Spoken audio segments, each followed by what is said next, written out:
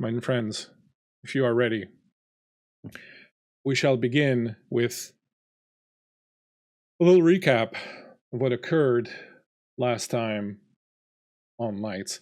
What occurred last time was that the group of you had to split up. Never split the party, but y'all went and split the party.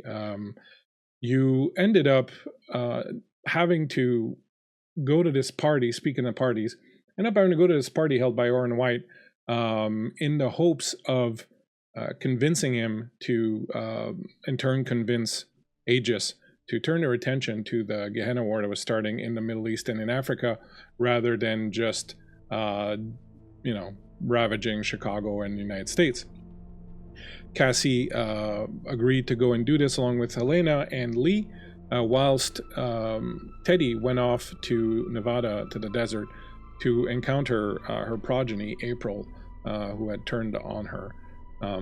Cassie and, we'll start with Teddy. Teddy arrived at the ranch where she had last met April, realized that April had embraced 3 new vampires, 3 girls that used to work in truck stops, to assault Teddy. She had in the basement Nora, who had been driven to frenzy by lack of blood, and Owen, who had been basically nearly killed and was at the end of his blood.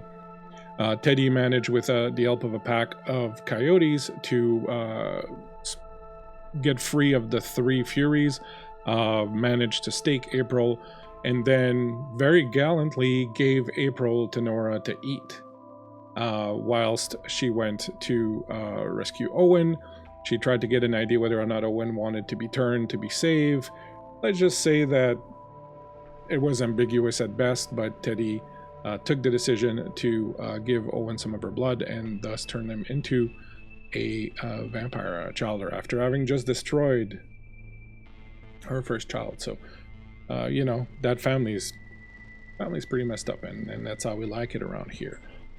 Meanwhile, Cassie and Helena followed Cardinal Santiago of the Sabbat through his oubliette and into the party. When they arrived, they discovered that it was some sort of trap, as something that had been implanting Cassie a long time ago became active and started trying to kill the person they were there to talk to, Oren White. Cassie was approached by her ancestor in a fugue state, Ariadne, who tried to convince Cassie not to sacrifice herself, saying that the bloodline had suffered too much already with her, with Odette, and not sacrifice herself, save herself instead. But Cassie refused to do that and sacrificed herself so that Owen White could be saved, and thus possibly saving lives in Chicago. The way Cassie ended her life was by convincing Helena to help her do it, so that Owen White would live. They then gave the message to Owen White and are hoping that he's going to deliver on what he was supposed to do. Grabbing Cassie's body, they absquatulated from the house. Whilst the place was under attack by a large number of Sabbat. Apparently Hayden flew in and rescued his love, Helena. Lee escaped with Cassie's body. And you watched as the Sabbat attacked the house, killed everybody there, including, you find out in the ensuing hours, the Prince of Chicago. So things are up in the air right now.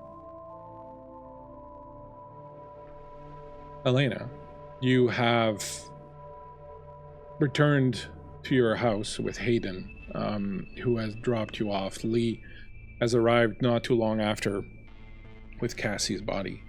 The body lies on the table, perhaps in the back of your shop, something like that. You can tell me otherwise if you want. I don't know what you would do with the body. I think Helena would have the body of Cassie probably on the countertop. I imagine it's like a plexiglass countertop with it's all lit up and with all the more expensive things that you can get in the shop. And Helena's having a hard time looking at the body. You see Gilgamesh at some point kind of descend from the ceiling and coil itself on her stomach and just put his head down. I imagine Helena's like covered in Cassie's blood. Yeah, because if I remember correctly, you used her bone spur to rip her throat out. So yeah, you're like Carrie. Yeah, I think she's sort of in shock at the moment. Now that everything's kind of settled and the dust is settling, I think she's in shock for what's happened, for all that Helena has done, and all of the murder that Helena was probably capable of and has done. I think this is shocking to her, to see Cassie like this.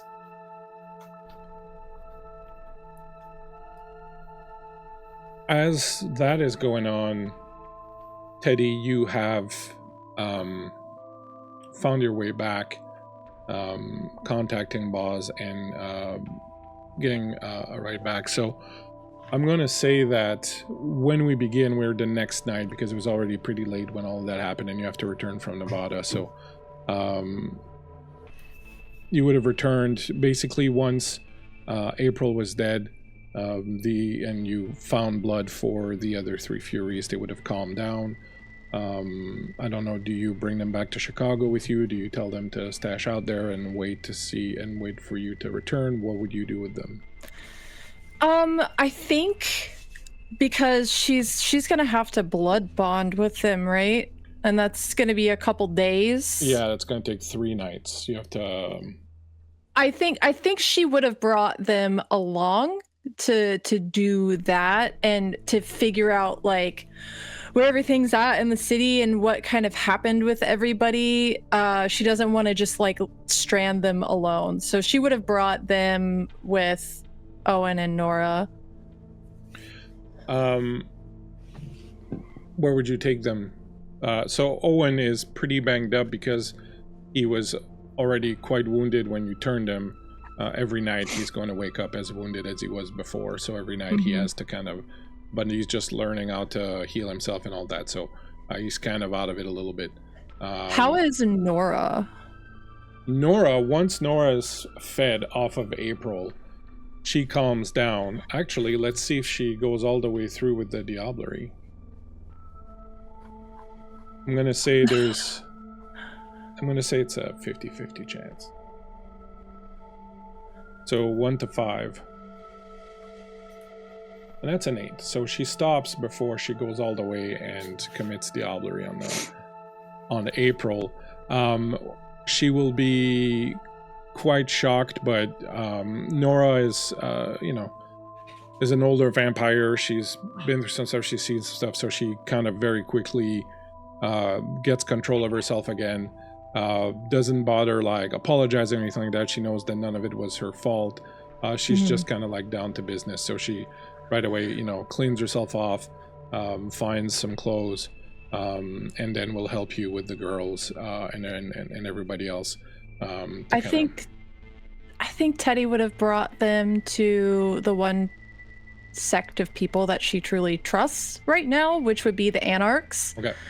And have like almost kind of like appoint Nora over these other 4 to kind of watch them and help them while she goes and kind of figures out what the situation is. All right, excellent. So you will have brought them back.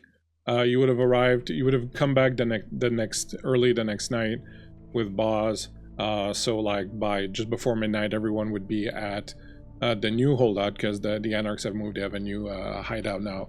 They would take them in. They'd say they'd take care of them. They would tell you that Lee hasn't returned, that he, as far as they know, he's still out with Helena and Cassie. They don't know what's happened at this point, so they wouldn't know that Cassie had gone. And I think you would feel secure enough that they were safe, that you could do something else. Now, Helena, do you contact Teddy at any point to tell her what's happened, or? I think that Helena would text Teddy. Well, I don't think she would text her. I think she would call her. So, as you are finishing bringing everybody in and you're starting to wonder what the hell's happened, do you still have a phone, or did you destroy your phone, actually? I have a burner. Okay, you have a burner. From Owen, yeah. still. So, so you would get a phone call then from Helena. Hello? Hey.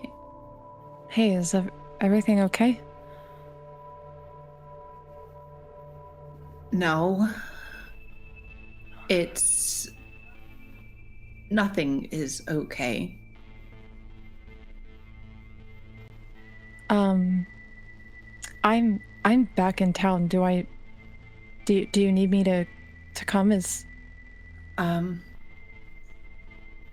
probably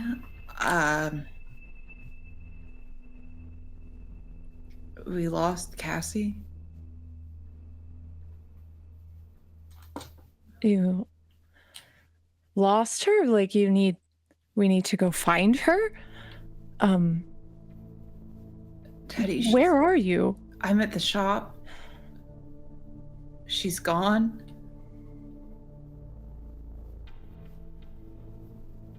You just hear silence.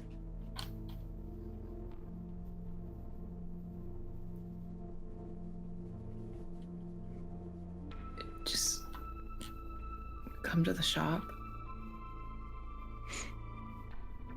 Yeah, I'll be there as soon as I can. And she just hangs up. Yeah, I don't think Helena even says goodbye. She just hangs up her phone. What do you want to do? Yeah, I think she's gonna head over to the shop. You will make your way there without any sort of issues.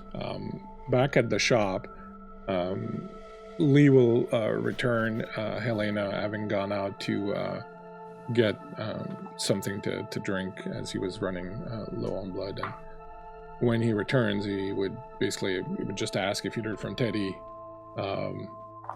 When you say that she's coming, he's like, what the fuck are we gonna tell her? Like, you're not gonna ask me to fucking not say that you did it, right? I'm gonna tell her the truth. What the fuck do you think I did? What?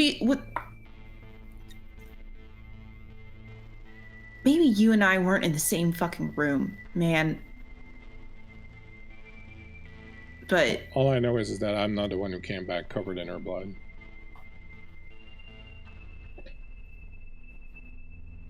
Is Hayden still there? No, he would have said there's too much going on last night. He said, I'll contact you, come back as soon as I can, but there's too many moving pieces, too much going on right now. We gotta, kind of sort ourselves out. So I think not having Hayden to like sort of fall back on, I think that Lee gets a very brief and intimate glimpse at Helena being truly upset and truly unable to sort of process what's happening.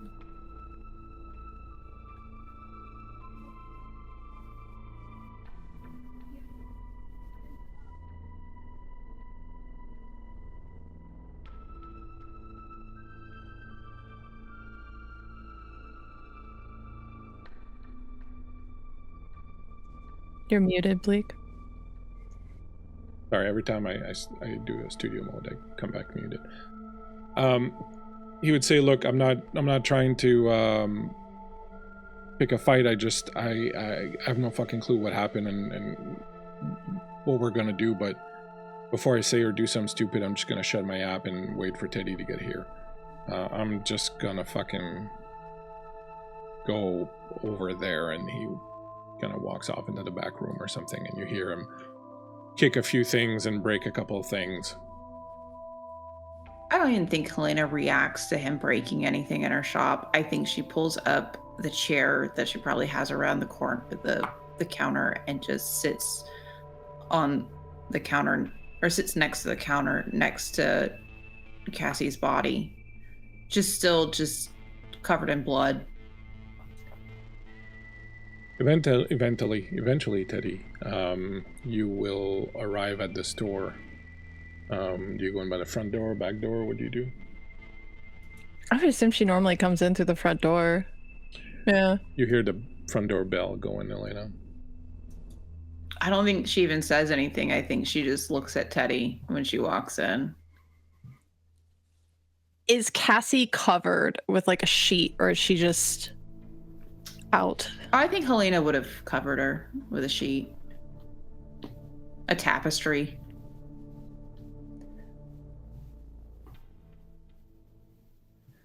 You can clearly see by Teddy's face that she's been sobbing her way here. Like the usual like thin film of dirt on her face is streaked.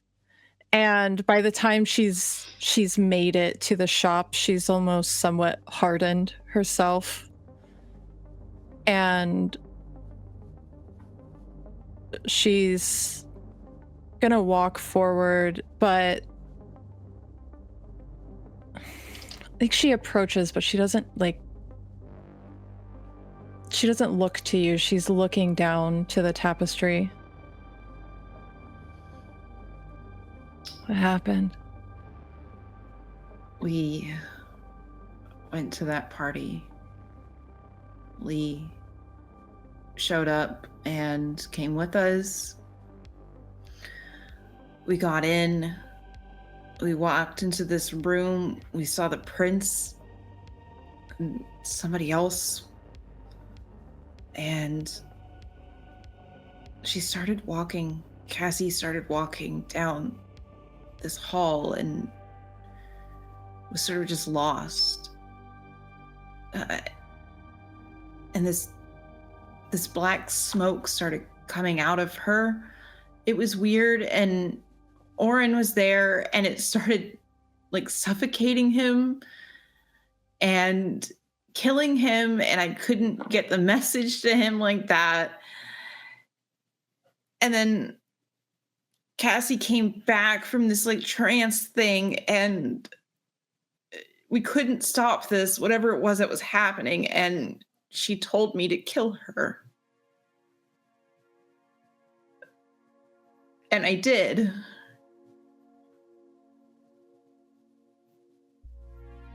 And I would fully understand if you will hate me forever.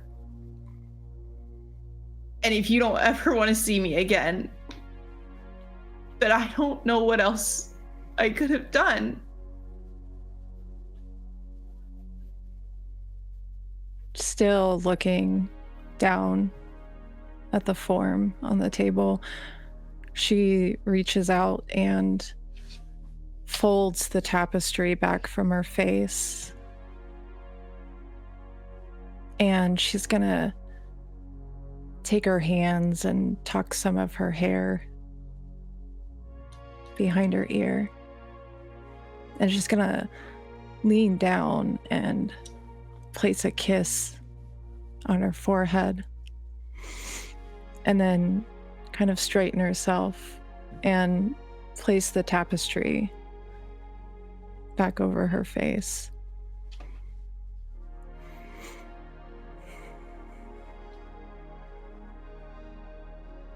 I believe you.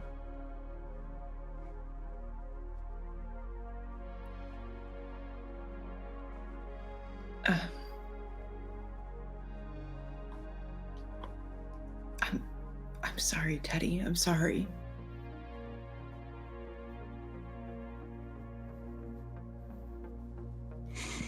Those motherfuckers. The Sabbat came. It was a trap. It was a fucking trap. And we were the bait. Hayden's dealing with some of the shit now, and fairly certainly wants to stake me, but he's in the back. He was there. It got fucked up, man. Really fucked up. Yeah. I knew that deal was too good to be true. I knew it smelled like shit from a mile away. Walks like a duck, quacks like a duck. It's probably a duck. That's okay. Someone's gonna pay for this. I think she finally looks to you.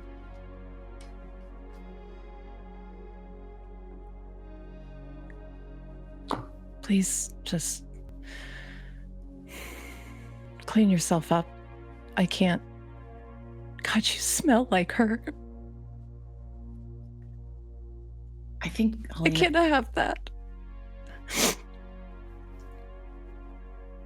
Helena just feels embarrassed and full of shame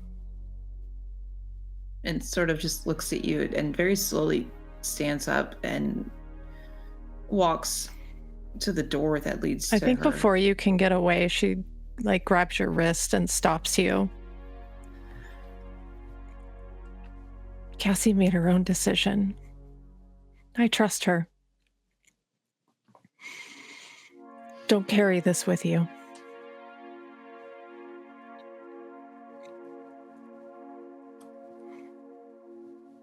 Like she did with Lee, I think you see that glimpse of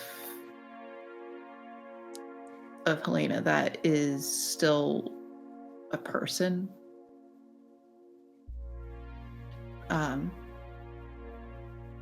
And still holds remorse. It's sort of like a confirmation that this person you have learned to have some pretty brutal dealings isn't a psychopath. I'm gonna go clean up and get changed. I'm gonna go get cleaned up. Take your time. Lee's in the back. I'm fairly certain he's broken some shit. I don't care. Just throw it away if you can. Yeah. And yeah, she'll go to the door that'll lead to her apartment at the shop and get herself cleaned up and changed.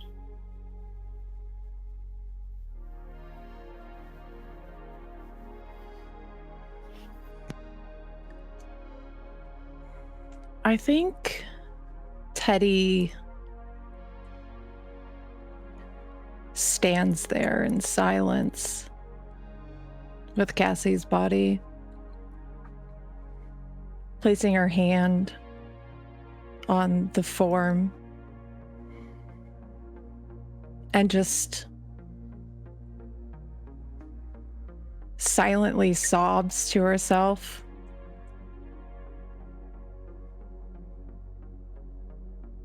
I think she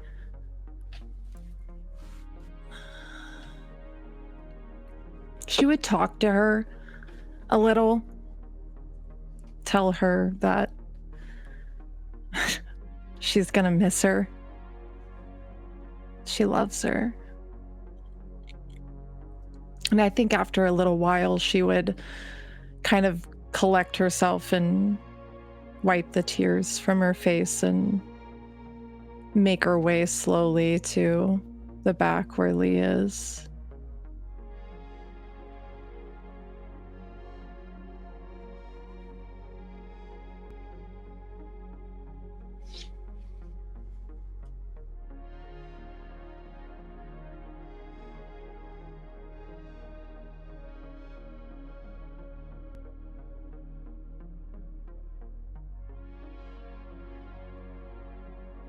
Bleak, you muted.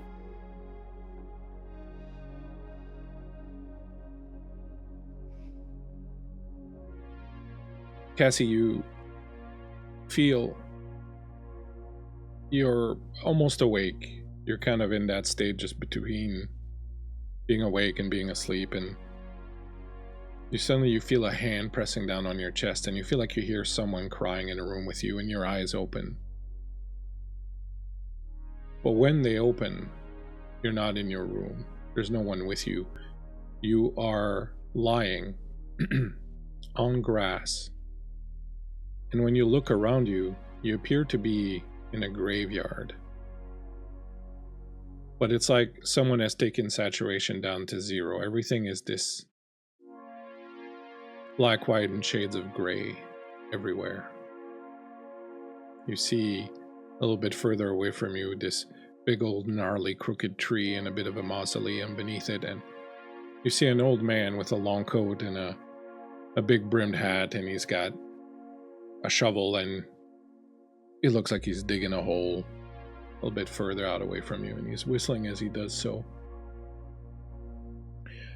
You don't really know where you are, but you feel that something's very wrong. Something's very, very wrong. The last thing you remember was being in Helena's arms, asking her to help you.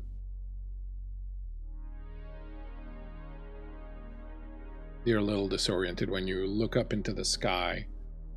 To the east, you can see this giant maelstrom, this vortex that seems to be rising from the ground and going all the way up into the heavens and tearing apart the sky. And you feel like you can see people, or the shapes of people, swirling around in that vortex that's quite off towards the horizon.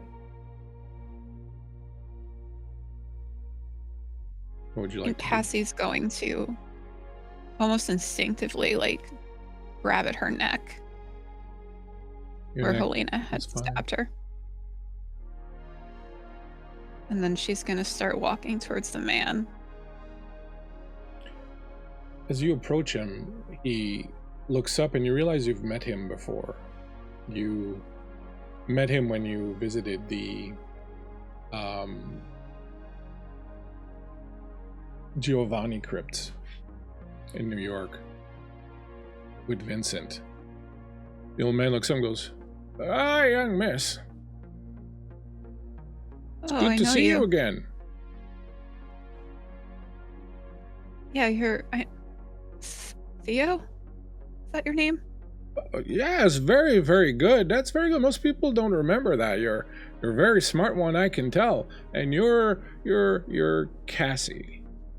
Am I all right? Yeah. Am I correct? You know, sometimes my old brain plays tricks on me. I don't remember so well sometimes, but a lovely young lady such as yourself, of course, I would remember 1,000 years over. How are you doing? Am I dead? I hope this doesn't come as a shock to you, but it would certainly appear so. Yeah, that's what I thought. And she's going to look at the giant vortex. What is that? Oh yeah. Well, that appeared maybe about a month ago or so. That would Door that normally open? be the way for you to go forward from here, but I don't think they're letting anybody through right now. In fact, there seems to be a whole lot of people coming back. It's a very strange thing, very strange. So I don't have to leave? Well, I'm assuming you're going to have to at some point. But not right now? Well, I'm guessing someone's going to get around to fixing that. At some point, someone's going to make a call to someone who knows someone who's going to call someone, who's going to call someone, who's going to call someone. Eventually, someone's going to come down and fix that. They can't leave it like that. That's unthinkable. But not right now, right? No, not right now. I mean, I can't promise how long it's going to last, but,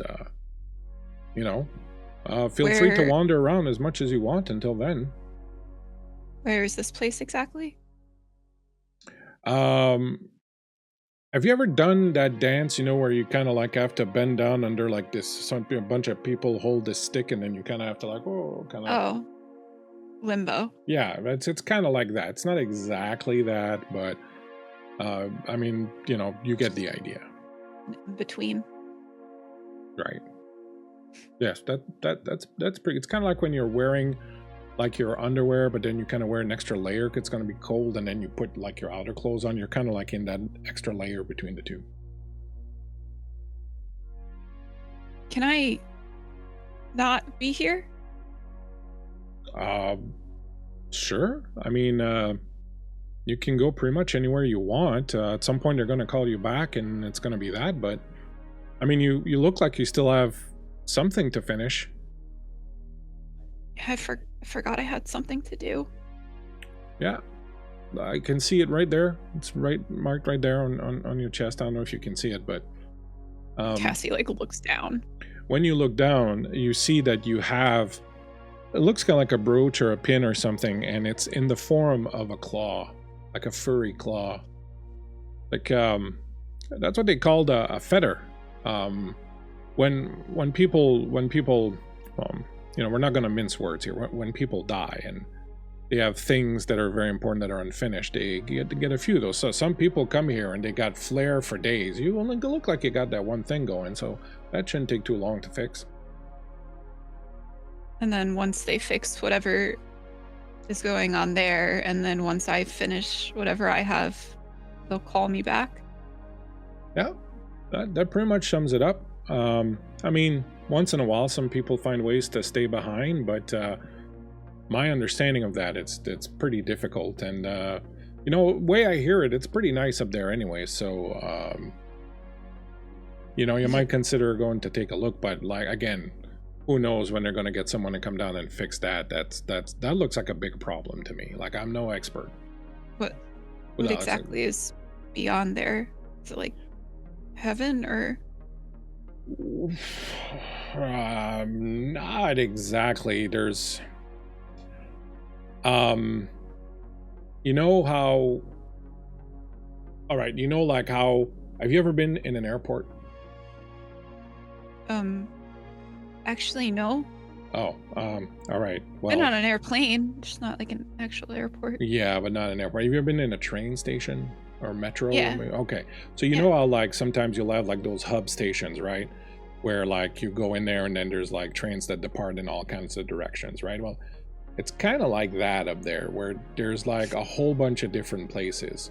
And some of them, they're not bad. Some of them are really horrible. They're horrible on the level of like getting a soubrettes and they forget the mustard. You know what I'm saying? Like unredeemable, right? Uh-huh. But there's like a whole bunch of different places out there.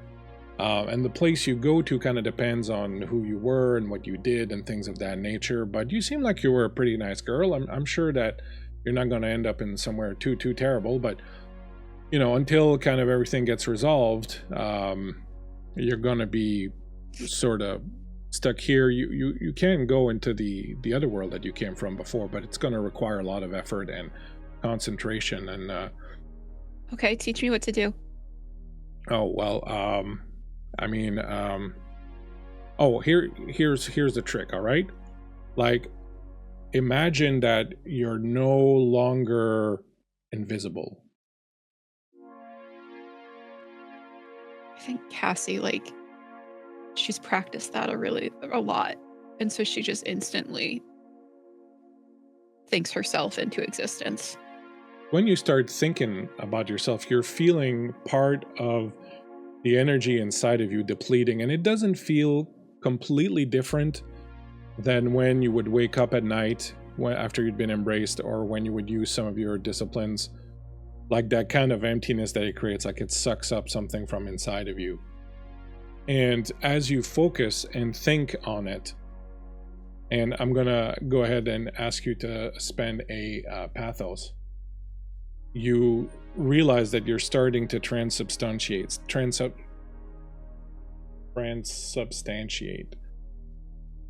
the playground around the graveyard around you starts to fade away. You start to feel wind on your face. You start to smell the city around you. As you become physical again, as you start to regain corporeal form, you will notice that everything around you, all the sensations that you get from the world around you, seem to be a little less intense, a little bit Dull. a little remove. Sounds feel like they're coming from further away. But as you slowly start to regain physicality, even the little bit that you're feeling is a relief. I think Cassie, even though she probably doesn't breathe, takes a deep breath in.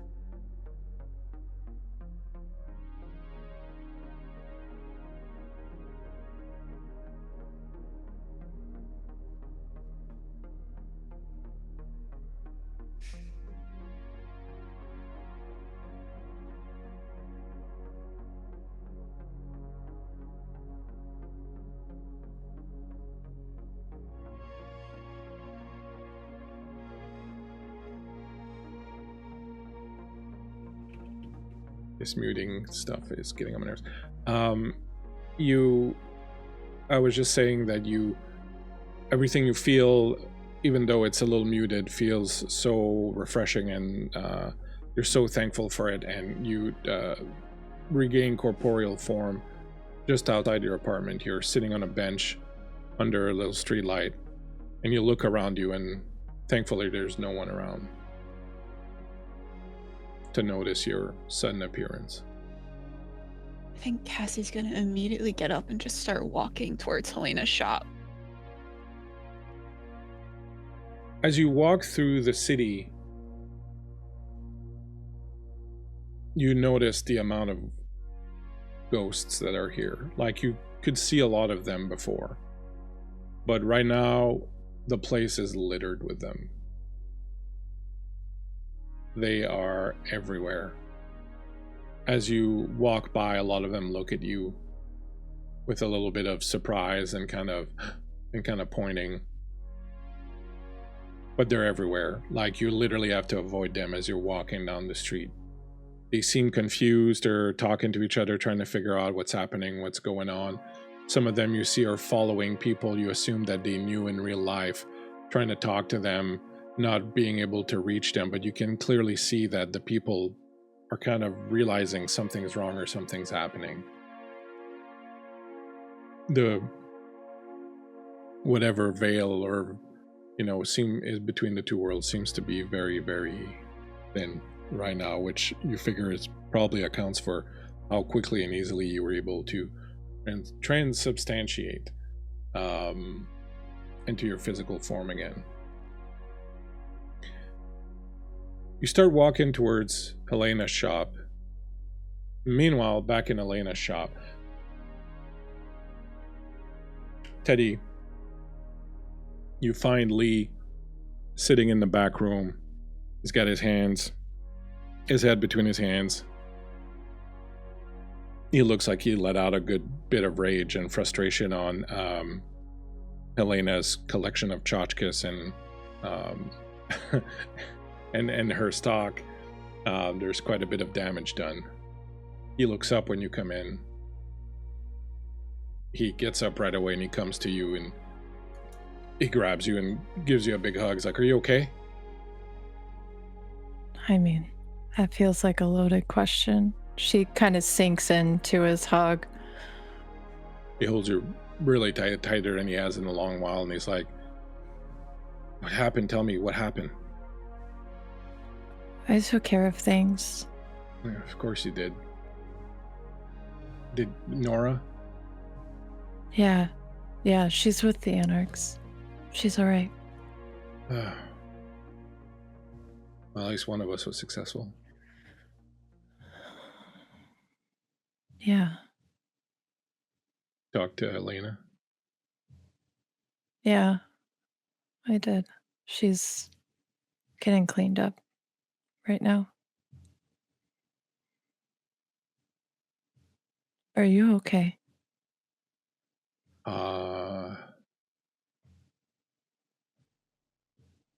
I didn't know what to do. I'm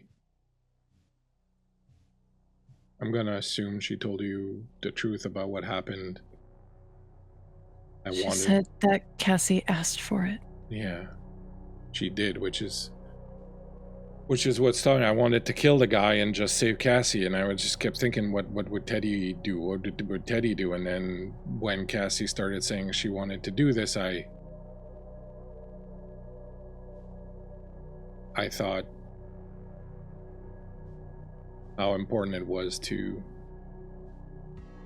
not interfere with that and to let Cassie decide for herself and not to jump in front of it.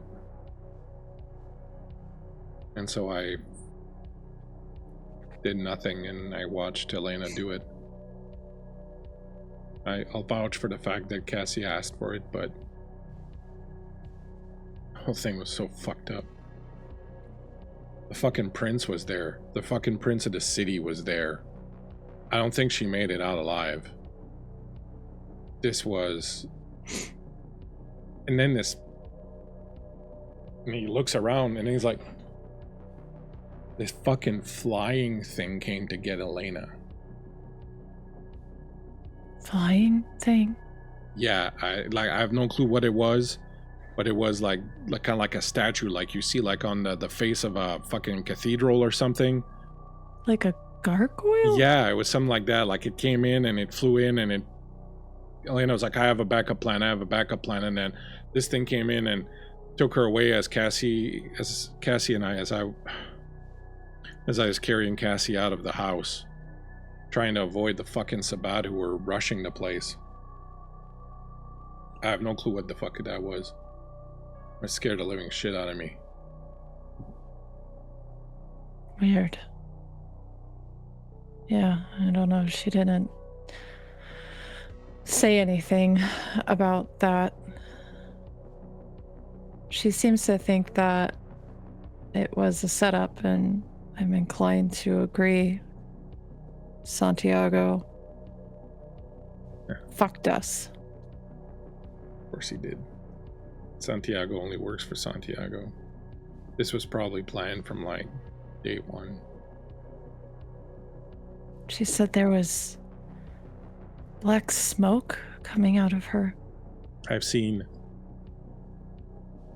Santiago do that before, where he is able to put himself or part of himself in somebody else. Usually it's another La Sombra or one of his progeny. And then he can literally appear.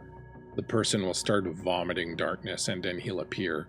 It wasn't that level of, like it wasn't him. Like I don't think he could do it with someone who's not of his blood, but he's got this other thing that he can do that La Sombras can do, where they can summon these sort of tendrils of darkness that can attack people.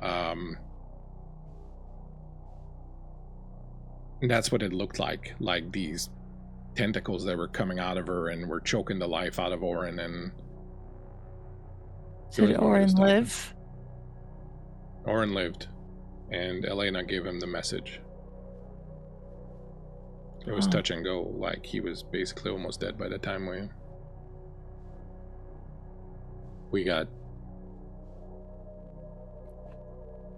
Cassie stopped doing the thing.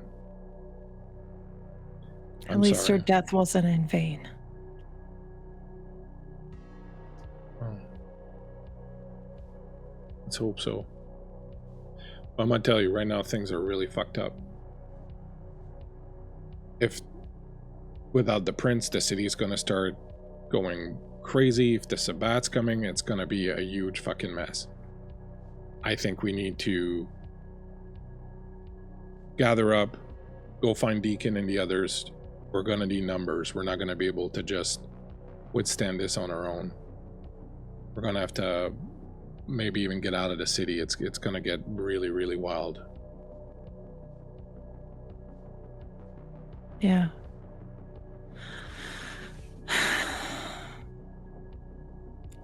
I mean, I don't even know.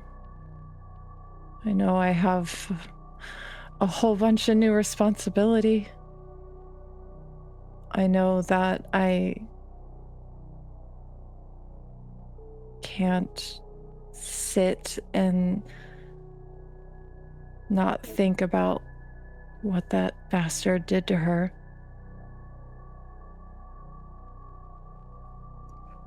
We'll have time to mourn later. We gotta think about how we get through the night at this point. And for what it's worth, Teddy, you're one of the most capable people I've ever met, so now is not the time to start doubting yourself. Go by instinct. You're a Gangrel. That's what you've got. It's instinct. So we go by instinct. We do what feels right. Yeah. Dad's not giving you any pointers. He's been quiet. Yeah, you would be. It was never great when the shit fucking really actually started falling out. As you're... I think it's just because I stopped listening. Yeah, that's what I thought I'd done when I left. Still found a way to come back and fuck everything up. I don't think he's really in there, Lee. I think it's just some idea of him. Idea that I have of him. He gave us one good thing.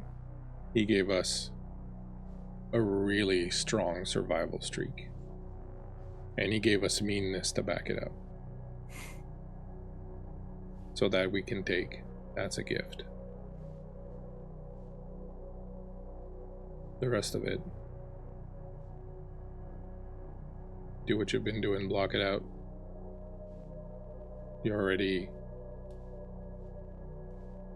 100 times the leader that he was. Because you care about the people that look up to you. People are going to want you to step up. They're going to look up to you to step up. They're going to expect you to step up. They're going to need you to step up. You don't have to. You can walk out that door back there and just disappear into the night. But if you want to stay and you want to step up and be the leader that people believe you are, then I'll help you with that.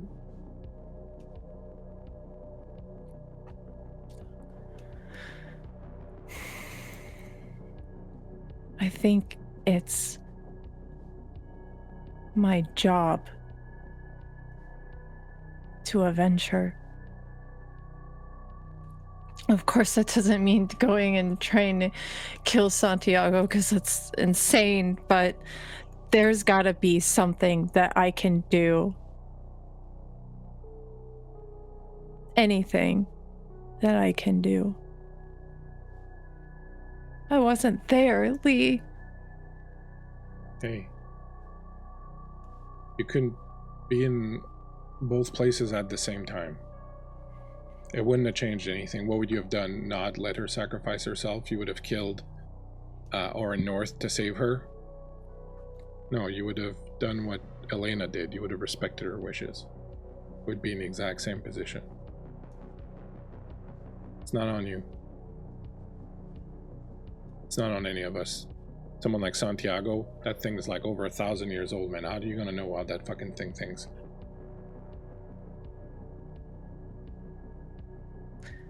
I think she kind of just collapses against him.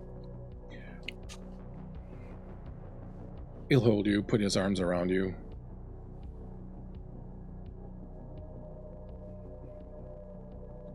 Hey.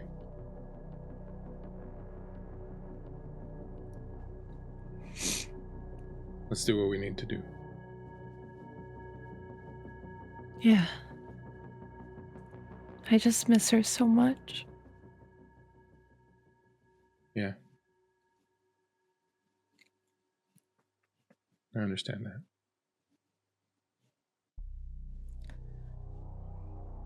Come on. Let's go see what Elena's cooking up. All right. Meanwhile, Helena, you've returned to your shop. You realize that Teddy and Lee are in the back talking.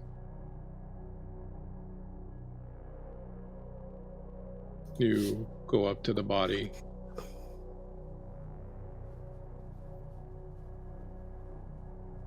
Almost jump out of your skin when you hear the front doorbell ring. Or cling as the door opens. She like whips her head around really, really quickly. And there is Cassie, standing in front of you.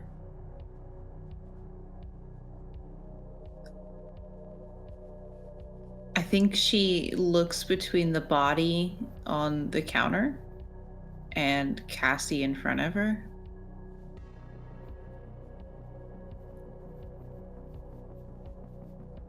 You will notice that she seems a little pale, a little translucent almost. Like she's not completely physically present.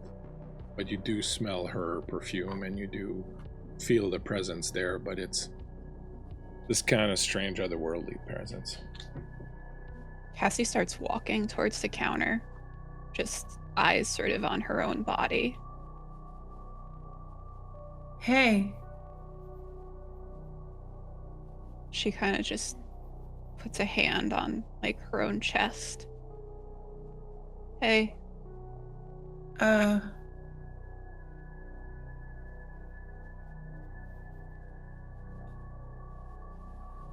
Long walk? Yeah, I walked from my apartment. Shit, it's like a 20-minute walk. Yeah, I saw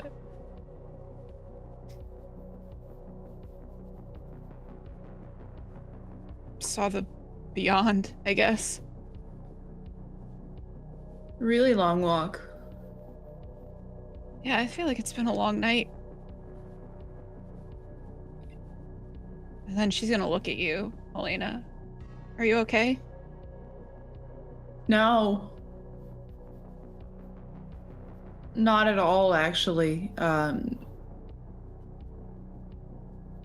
don't think I've ever been this not okay.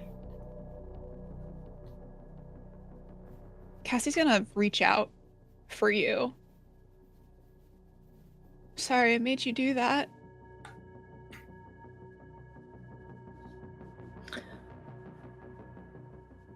Me too. Super not cool. Probably like one of the worst things I've ever had to do in my life. And as of late, I've been doing some really fucked up shit. So it's top 10 there. How are you here? There's something happened. There's this big vortex of like souls or something. They're not being let through to the other side, so everyone's sort of just stuck in limbo, purgatory. And they said if I expended some energy to get back here. And Cassie's gonna like gesture towards the pendant that she's got. Guess I have some unfinished business too. Yeah.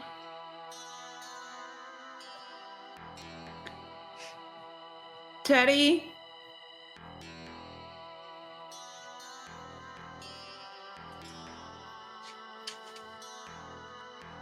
You come through the door, Teddy. Uh-huh. You see the two of them there. You, like Helena, see that Cassie's not quite wholly there.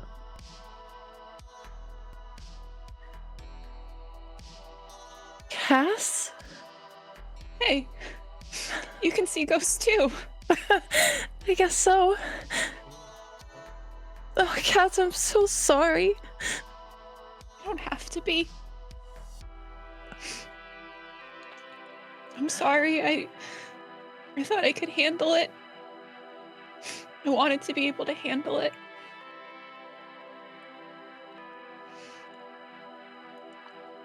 What happened? I saw Ariadne, and I started walking towards her, and that's like the last thing I remember, and she told me that I She told me, don't sacrifice yourself, and this curse that has been in our bloodline, this need that we have to sacrifice ourselves, because it doesn't always have to be us, but how could I not?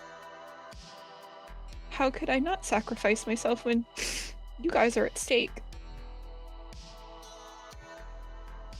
So I did exactly the opposite of what she wanted.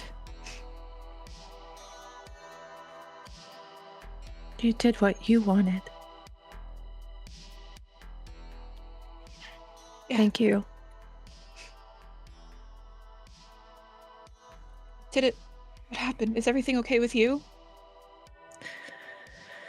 Did you find Nora? Yeah, she's back. She's safe. And Owen? Yeah, he's okay. It's good. At least something worked out. I wish I could have been there. I don't.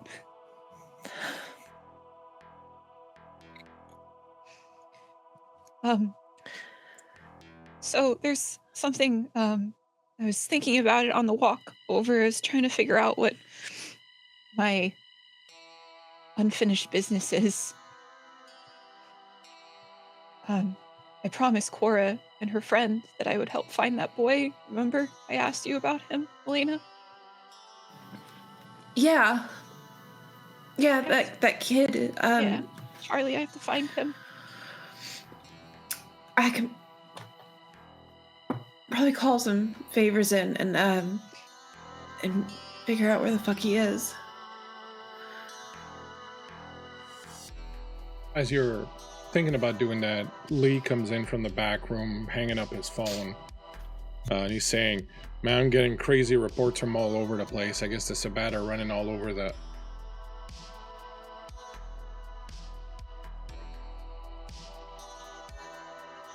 He looks to Teddy, looks back to Cassie.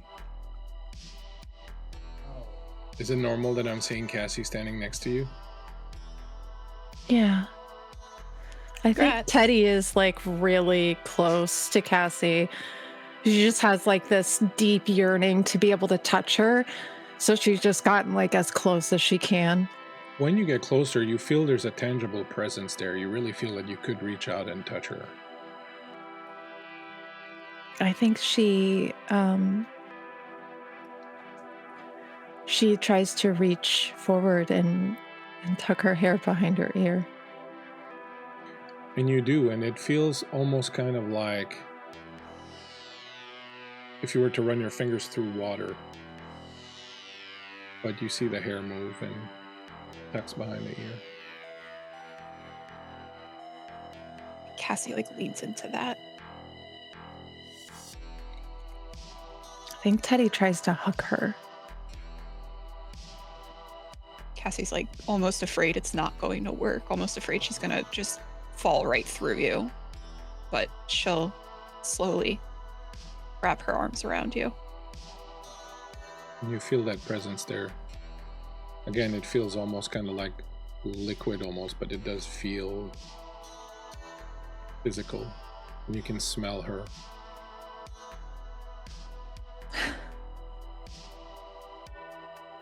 It's like you're here.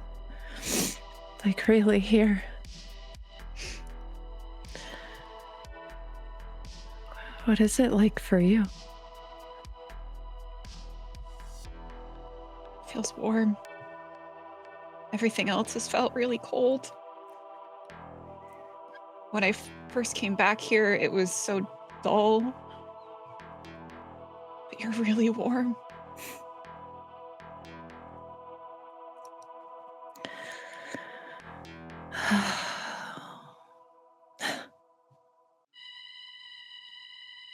I guess I can't tell you you're not a ghost anymore. Oh, but you can still see me. I'll always see you.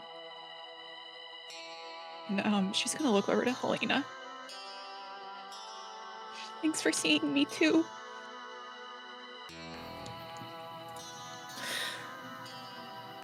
I always saw you. Just from the dark. I know.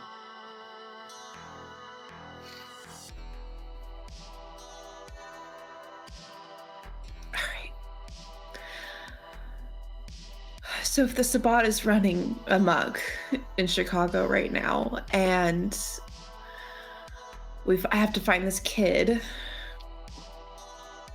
and I don't really know what Hayden is doing right now.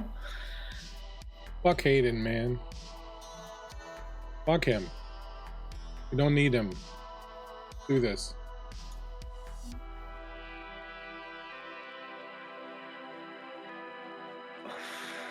I think you see a little bit of a switch in Helena. What do you mean, fuck Hayden? I'm saying it's always call Hayden. Let's see what Hayden wants. Let's see, like we don't fucking need him. We don't need anybody else. He'll come over to you, Cassie, and he'll look at you and he'll say, I have no clue what's going on at this point. I don't think my brain could deal with it anyways. I'm really sorry. I'm really sorry. It's fine. It's okay. You need something done, let's get it done. We don't need don't need Hayden, we don't need anybody else, we don't call anybody else. Does Okay. Helena... Oh, go ahead. But no, you go ahead. Does Helena still have the beamer? Say that again, sorry? Does Helena still have access to the beamer? The BMW? The car itself? Yeah. You don't have your own car? No, Helena doesn't have her own car. Yeah, absolutely, sure. You do. He Okay. left it to you because he knew you might need to get around. Okay. Or you had to transport the body and all that, and so... Yeah, all right, cool.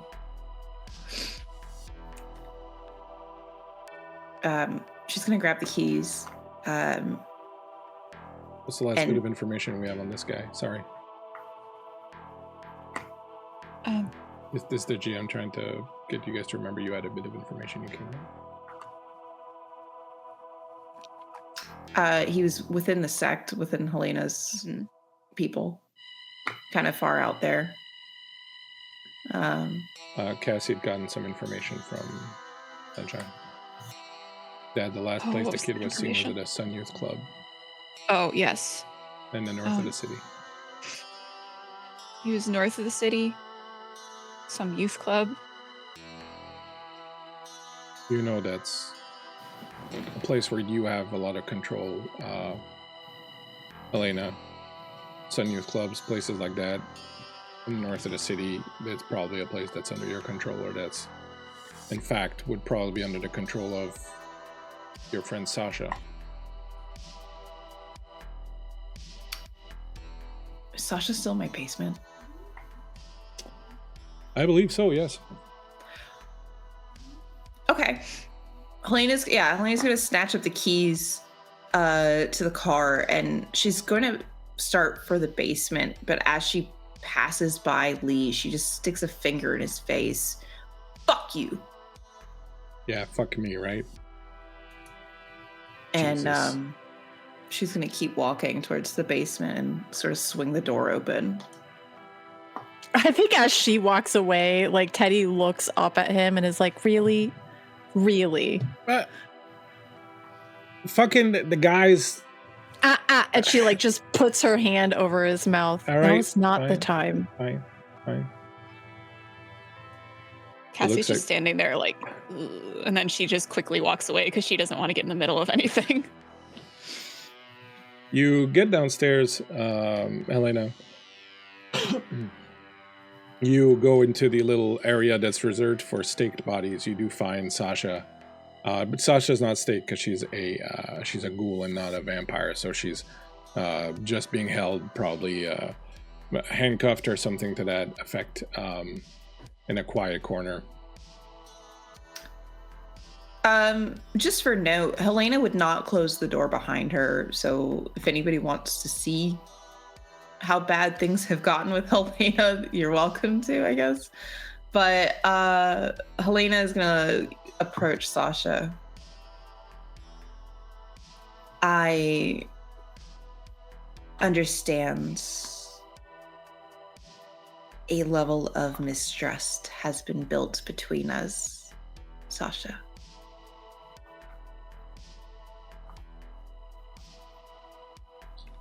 Just because I'm chained in your basement and you haven't given me anything to eat or drink for about 48 hours? I don't know why you would think that. No, I meant more so on my side. But I have really great news for you. Sasha, I am your redeemer. And I can make this all right now. But I need very specific and very accurate information from you. Such as? I need to find somebody who hangs out at the youth clubs up north.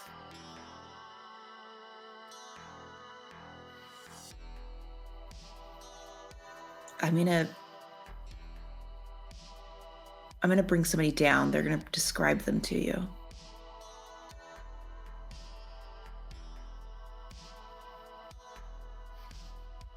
All right. And Helena's gonna go to the bottom of the stairs and call for Cassie. I think before Cassie goes down, she's gonna go into the pockets of her corpse and she's gonna take out the drawing that she had gotten of the boy. And she's gonna head downstairs. When you go down, first of all, you don't see the entirety of the basement, but you very clearly see that there's like some extensions. Like there's a lot of work that's been done down here. You can see several doors and little tunnels that go different places and things like that. You can see that it's been very well appointed with a lot of Egyptian motif things, tapestries and paintings and statues and things like that. And you'll come into a little room off to the side that looks like it's made for holding people. There's a door on the outside there's a lock on the outside of the door. There are just a few chairs with D-rings in the floor for chaining people, basically. Who's that? You see Sasha is a young woman, dark hair, a lot of tattoos on her arms, including several of snakes. She's wearing this baggy black t-shirt and these combat boots, and she looks like someone you might have been friends with in another life. I think Cassie, not really knowing how to address someone who is a prisoner, just kind of goes, hi. Hi. She's gonna look over at Helena and kind of like hold out the paper with the drawing on it. What's his name, Cass? Charlie, I think. Charlie. And she's gonna hold the picture out for Sasha. She looks at it and then sits back and looks at you. Are you gonna let me go? Do you want to be redeemed? Do you want forgiveness? Do you wish to hold the piety in your heart as you should? Oh God, I just want to be let go. Like, this whole cult shit, like that's fine and dandy, but okay, that's all I needed to know. I would check in 96th Street, the Sun Youth Club there, talk to Dell. I've seen this kid around a few times, and I think that's the club he used to hang out at. Do not tell Dell I sent you, because they're going to come after me. Okay. If you let me go, I'm going to disappear, never have to see me again. Sasha, I want the best for you. I do. What's your beef with this Dell guy? I had no Maybe I problems with Dell. Dell's like me. He's working for Nadine. Who's Nadine? Nadine is the new you.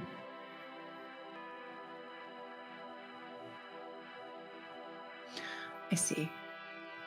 What does that mean? That means that someone saw what you were doing, Helena, and thought it was the greatest thing they'd ever seen, and started worshiping the ground you walk on, and started thinking that they could be just like you. And so they started taking over part of your world. And I don't know much about this Nadine. I know that she's like you. She is not human. And when she gave me her blood to drink, I started falling very hardly in love with her. I see. Which led me to my unfortunate missteps with you. Is I that see. a normal thing that happens when you blood bond with someone or ghoul someone? Yeah, when you blood bond someone, after someone has had your blood 3 times on 3 separate nights, they become like really, really deeply attached to you. I didn't know if it was like clan specific that happened. No, it's any vampire. I see. Thank you for this information. And Helena's going to step close to Sasha. Cassie, can you let Teddy know where we're going? Yeah. Cassie's gonna kind of go to step out. And then she's gonna look back at Helena. I think a lot of people have died today, you know? And she's just gonna walk upstairs. Sasha shoots you a look, Helena. What the fuck does that mean? Do you fear death, Sasha? Is this a trick question? No. Do you fear death? I'm not necessarily looking forward to it, no. You said you're going to let me go. You're going to let me go, right?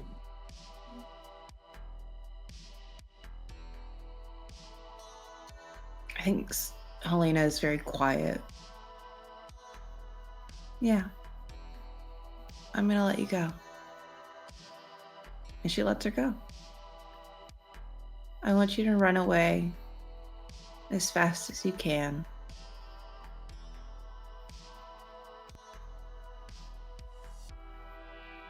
I don't know what the fuck you guys are doing or who you are, but she turns away, runs out. Upstairs, you see this woman come running out. She stops when she sees all of you. She looks around. She sees the body on the counter. I think at this point, Teddy's like collected like a bowl of water and a rag, and she's with the body and she's like beginning to like wash the wound on her neck. So this is what she's coming up to.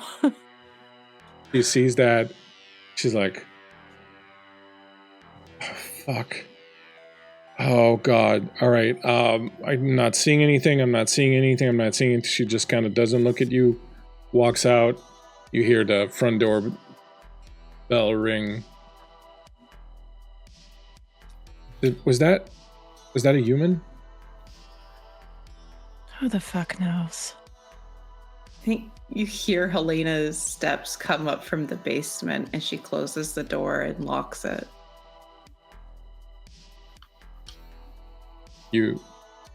Okay. I'm not going to say anything. I'm just going to go wait outside.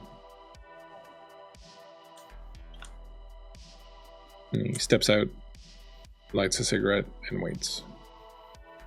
She looks at Teddy and says, that will be taken care of soon enough. It's none of my business.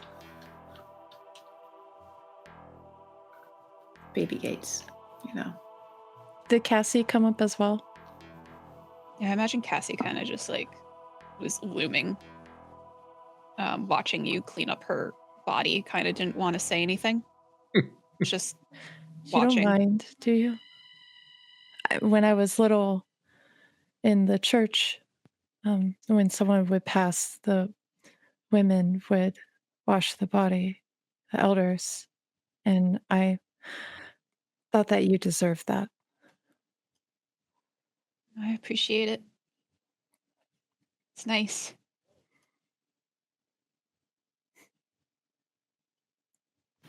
Where are we going? 96th Street, this youth club. We have to talk to Dell, right? Mm-hmm. There's a woman named Nadine who I'm assuming is another follower of Set. That's who's been encroaching on my territory. Are we going to have problems? Possibly. It's my problem to take care of. I think it sounds like it might be all of our problems now. She, like, very pointedly looks over to Lee as well. I can take care of this if you need me to. If you don't want to be involved, you don't have to be involved. No, this involves me. If this is what Cassie needs, then this very much so involves me. And we'll do whatever you need. She looks back to Cassie.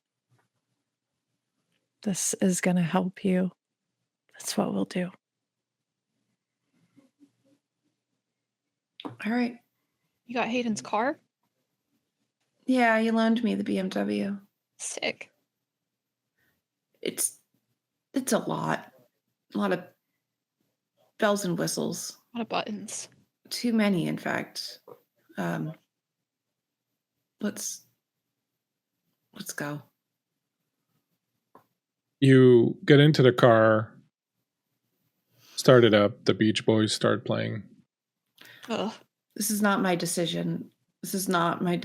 And I think she quickly flips some button, hopefully, puts a CD in, and much more Helena's speed. It's probably like the Cramps playing. And as you head off into the night to try and find this boy, we will take a break here.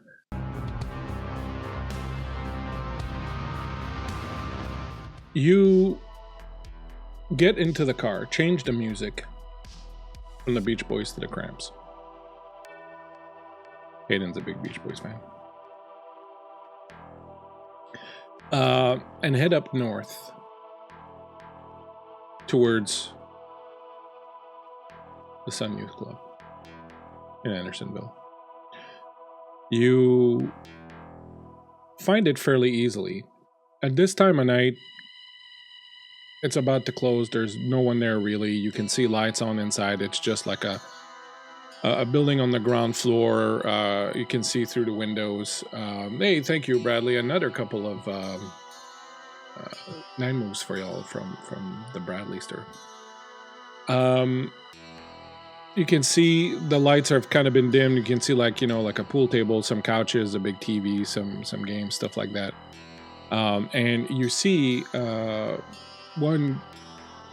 just one person inside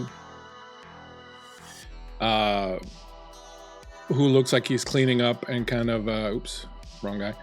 Cleaning up, closing the place up, and just sort of turning it down. The area is pretty quiet.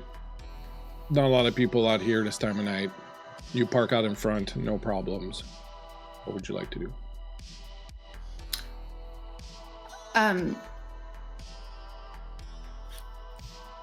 We're gonna go in and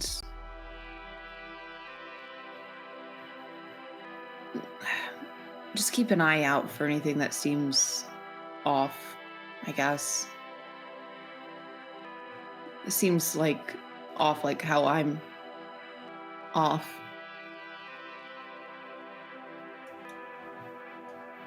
Yeah, I got your back. You don't pick up any specific there's a Sedite in the area vibe, if that's what you were kind of going for. No, not so much. More so like hidden doors. Hidden doors. You know what I mean? Oh, as you go inside the place. I thought you were checking out like kind of No, as you not were the. going. No. I mean inside. So one thing that I will say is this, that one of the things that you learned in, becoming who you are and doing what you do, is that you got to have a front and you don't put any weird shit in the front. Mm-hmm. Right? Because that's just a recipe for disaster.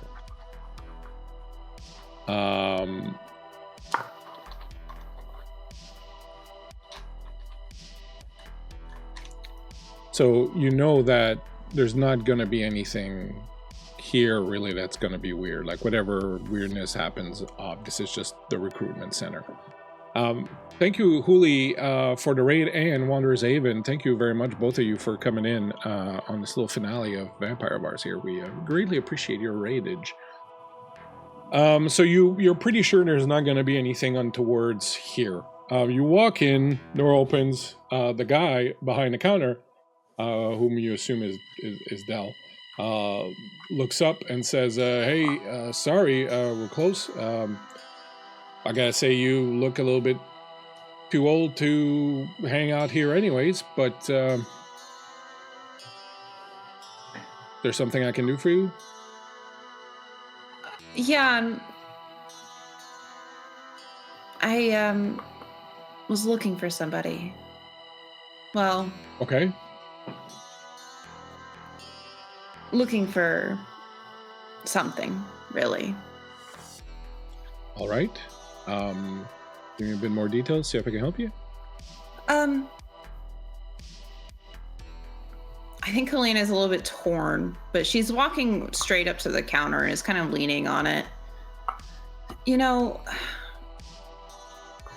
just can't help but feel this like tugging feeling, and surely you would know, because you look like you see a lot of kids around here, or younger people. It is a Sun Youth Club.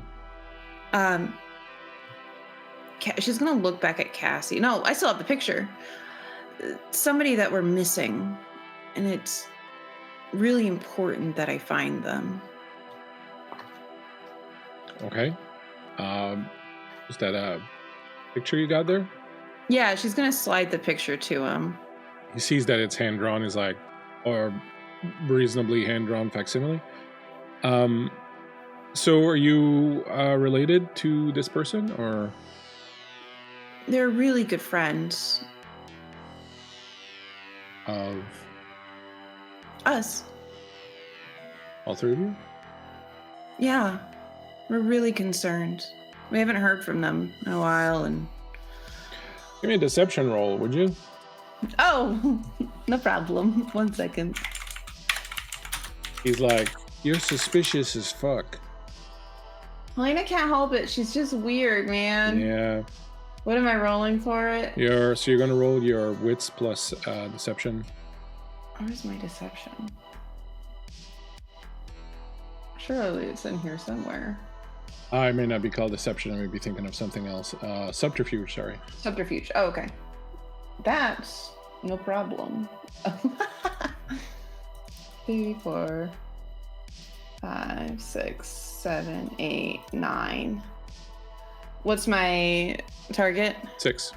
Okay, so we got 1, 2, 3, 4 successes and 1 crit. So a total of 5 successes.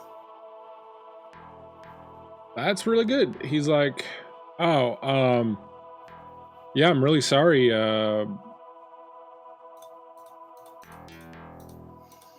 Yeah, look, I mean, this looks like Charlie. You know his name? Yeah, Oh he my hangs God. around here. Oh, he does. Oh my God, that's such good news. Oh my God. Oh my god, that's so good. Okay. When was the last time you saw him? A couple of days ago, I guess.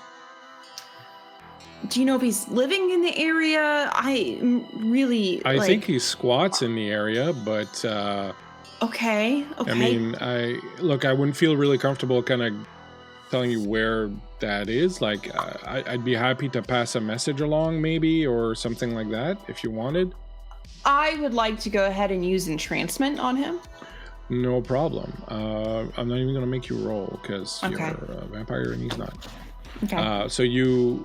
What does entrancement do exactly? Can you tell us? Entrancement, the power bends others' emotions, making them my willing servant. Due to see what these individuals see as true and enduring devotion. They heed the vampire's every desires.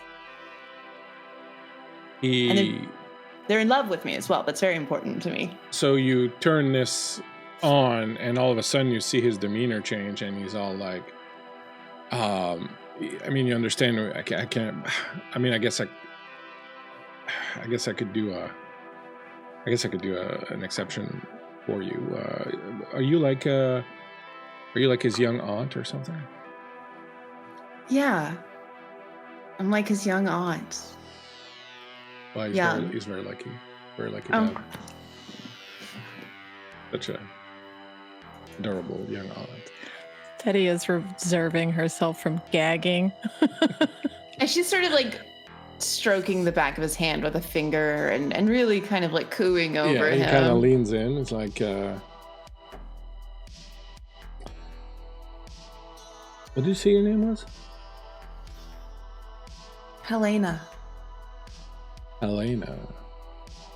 Well, that just rolls off the tongue, doesn't it? I'm sure you know a lot about the tongue. Well, gentleman doesn't reveal all his secrets on the first date. Please tell me you could direct us exactly where Charlie is. I believe I can do that. Tuesday nights like this, they all hang out at Nadine's place. Okay, where's that? It's not very far from here. It's just a couple of blocks north and west from here. Are you familiar with the Edgewater condos? I am. It's right in there. I'm sure. I think. He's like, hold on a minute, and he pulls out this little black book from his pocket and he opens it up. Apartment 7. The code is 619. Thank you. And she stands up straight and cuts the entrancement off fully. And she squares her shoulders. Thank you, Del. Yeah. We good? One more thing. Yeah. You have a rat. We have a rat. I found you. Not on my own accord, of course, but Sasha sent me. His eyes go wide and he tries to like kind of clamp down on everything. I don't get what you're getting at. I don't get what you mean. You know, like a rat. 2 ears, whiskers, a little tail. A vermin. All right. Look, I gotta close up. It's probably best if y'all get on out of here. Yeah. Goodbye, Del. Yeah, Helena, you said your name was? Go ahead, make the call. I'm sure I don't know what you're talking about. I'm sure you don't. And she's gonna turn around and walk right back out to the car. You see him right away, pulls out his cell phone and he's on it.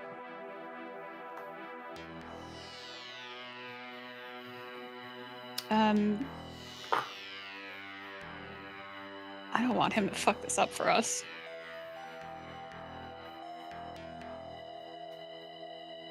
Can I use something? I know I got something here that I can use to kind of short circuit his cell phone. Or something.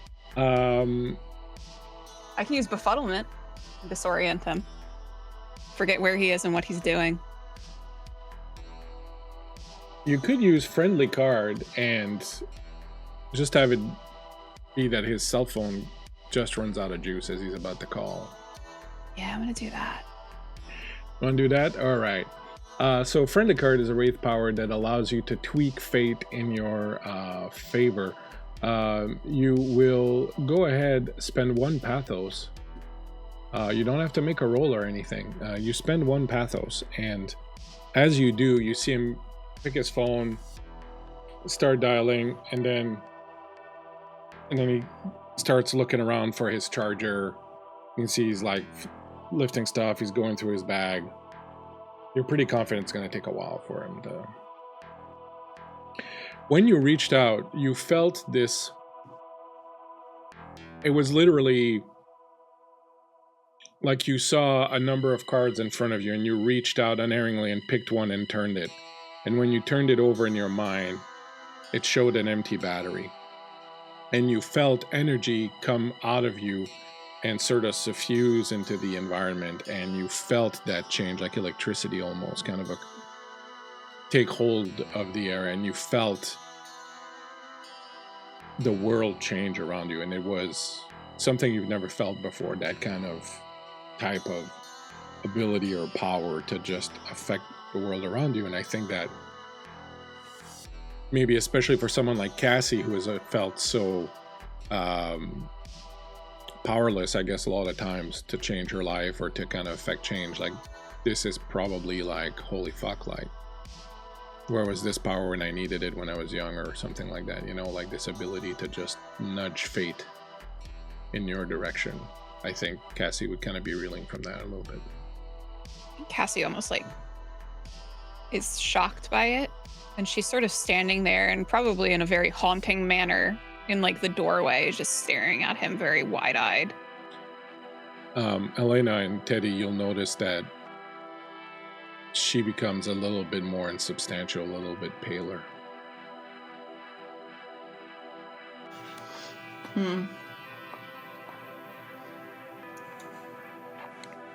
Cass, come on. Let's go. Okay. She'll quickly like catch up with you guys.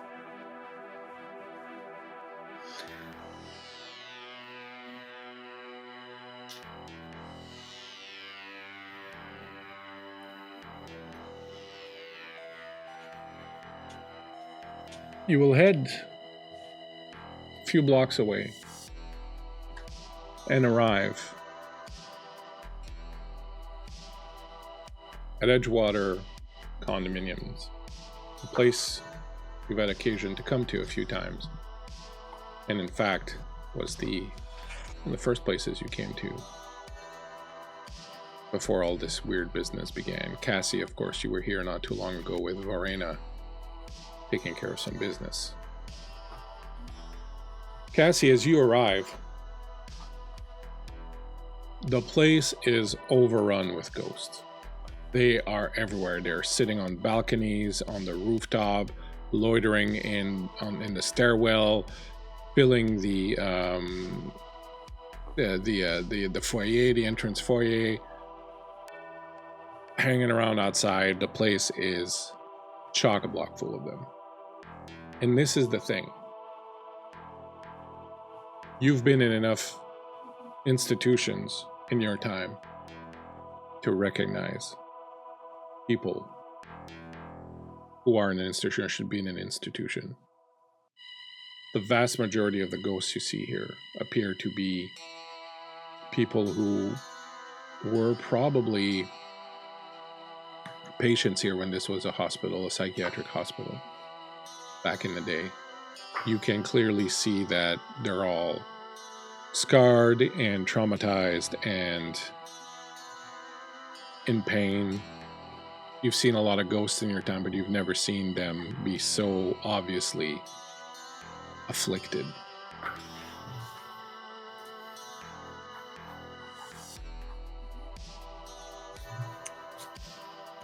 And Cassie's gonna look at Helena and Teddy.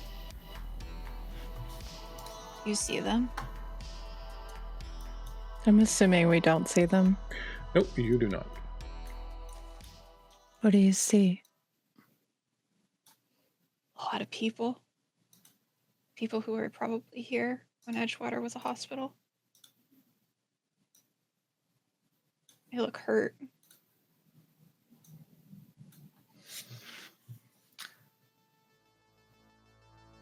Why does everything keep leading us back to this fucking place? I don't know. It's like torment, honestly.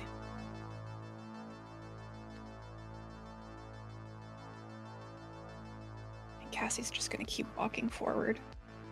Let's just get in there and get the fuck out. Apartment 7? Mm-hmm. Let's go. I think Helena will let Teddy and Cassie walk ahead of her.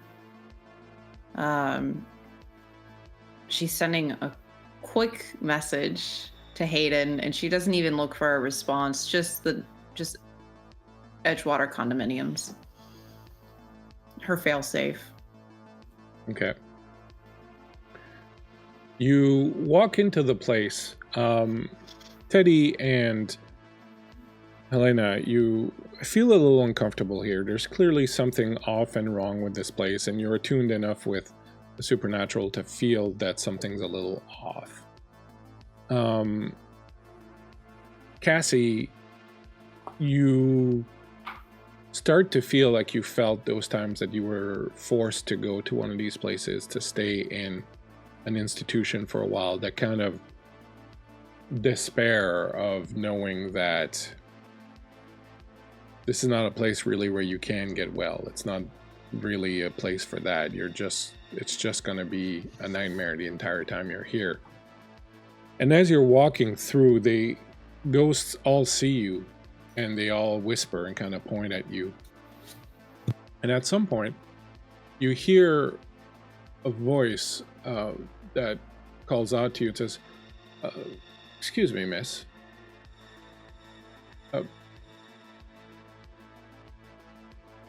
Hello? Are you all right? Are you quite all right?" You see approaching you a man who looks like he's dressed, you would imagine, like someone from the 1920s, with a suit. He's got a bow tie. Looks like a fairly young man. He's walking with a cane, and he approaches you. He's clearly one of the ghosts, but he doesn't seem to be afflicted like the others. He tells you exactly that. As you approach, he says, "I couldn't help but notice that you are somewhat similar to us, but a little different also. Is there a way I could help you, perhaps?" We're looking for someone. Well, there are a lot of people here. My name is Edwin.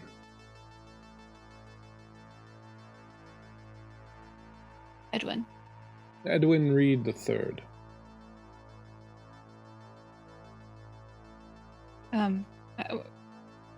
A boy, his name's Charlie. Several boys here. There seems to be a lot of coming and going of some of the younger folk around here. Would you perhaps happen to know which apartment they would be going to? 7. Ah, yes, that would make sense. Come along, I'll guide you there. Say, have we met before?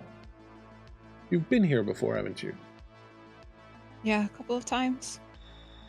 Oh, excellent, excellent. You're not one of the former residents of the place, then? No, No. other mental institutions I've occupied, though. I'm not a former resident of this place either. I was a writer, you see. A long time ago.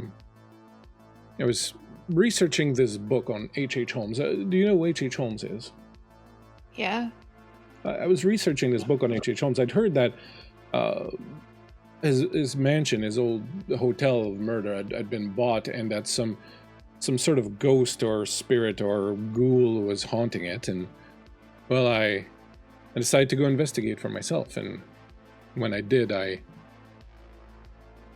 found him. Now, I've been telling people this. No one seems to believe me, but I get the feeling that perhaps you will. I found him. He was this strange cloaked figure.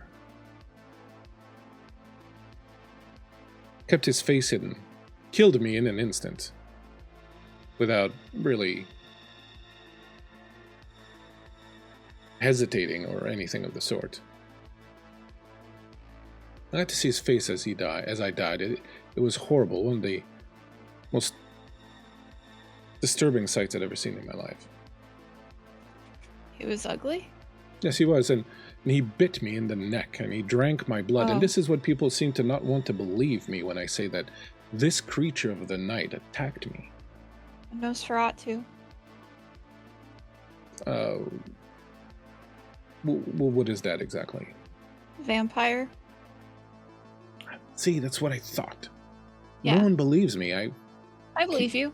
Oh, well, that's very generous of you. Thank you so much. I keep trying to write about it, but of course in this particular state it's very difficult to do so. Oh, you can't what did you use, like a typewriter? No, I always wrote with in my notepad. I wrote by hand, and then I would give my notes out to a stenographer who would type it out. I wasn't much for the whole typing part of the business of writing, but I did like to research and put together some ideas. So you found this vampire in the serial killer's home, and you're Yes. surprised by it? Yes, and he killed me. The thing that was Yeah. the most surprising was that I saw him again later. Where? Here. When he brought me here. But he looked different.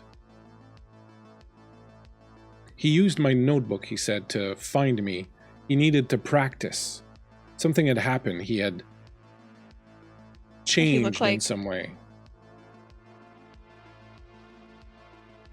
You said he looked different. What did he look like? Oh, he was very, very beautiful looking man with dark hair. He said his name was, it was something Giovanni. Italian. Giovanni, yes. Attius Giovanni. Yeah. And he said he needed to practice summoning and controlling spirits, and this is what they did here. They had built this hospital to have fresh access to souls and people that they could practice their necromantic arts on. It was very disturbing, and he summoned me from where I was. I was perfectly happy. You see, living in this strange world somewhere else. It's hard to describe, but I felt good there. And well, he hauled me here, and he bound me here and did strange things to me, and well, all in the name of practicing. It was very disturbing. Do you want to go back to that place? Well, I'd like to, but I'm told that we can't right now. Yeah, there's something got really fucked up. Oh, you've seen it too then. Most of the souls around here are a little too disturbed. Have you seen him? The one who caused all of this? No, I don't think so. Oh, you'll see him. You'll see him eventually. You'll see him very soon. His name is Penumbra, and he's the one who caused all of this. And you can see him sometimes. You can't miss him because while the rest of us are all in various shades of grayscale, he wears a red cloak, and you can clearly see this cloak from afar. Is he like bad? Should I avoid him? I would probably venture a guess that you should avoid him. He seems to be not one of the good ones. Okay.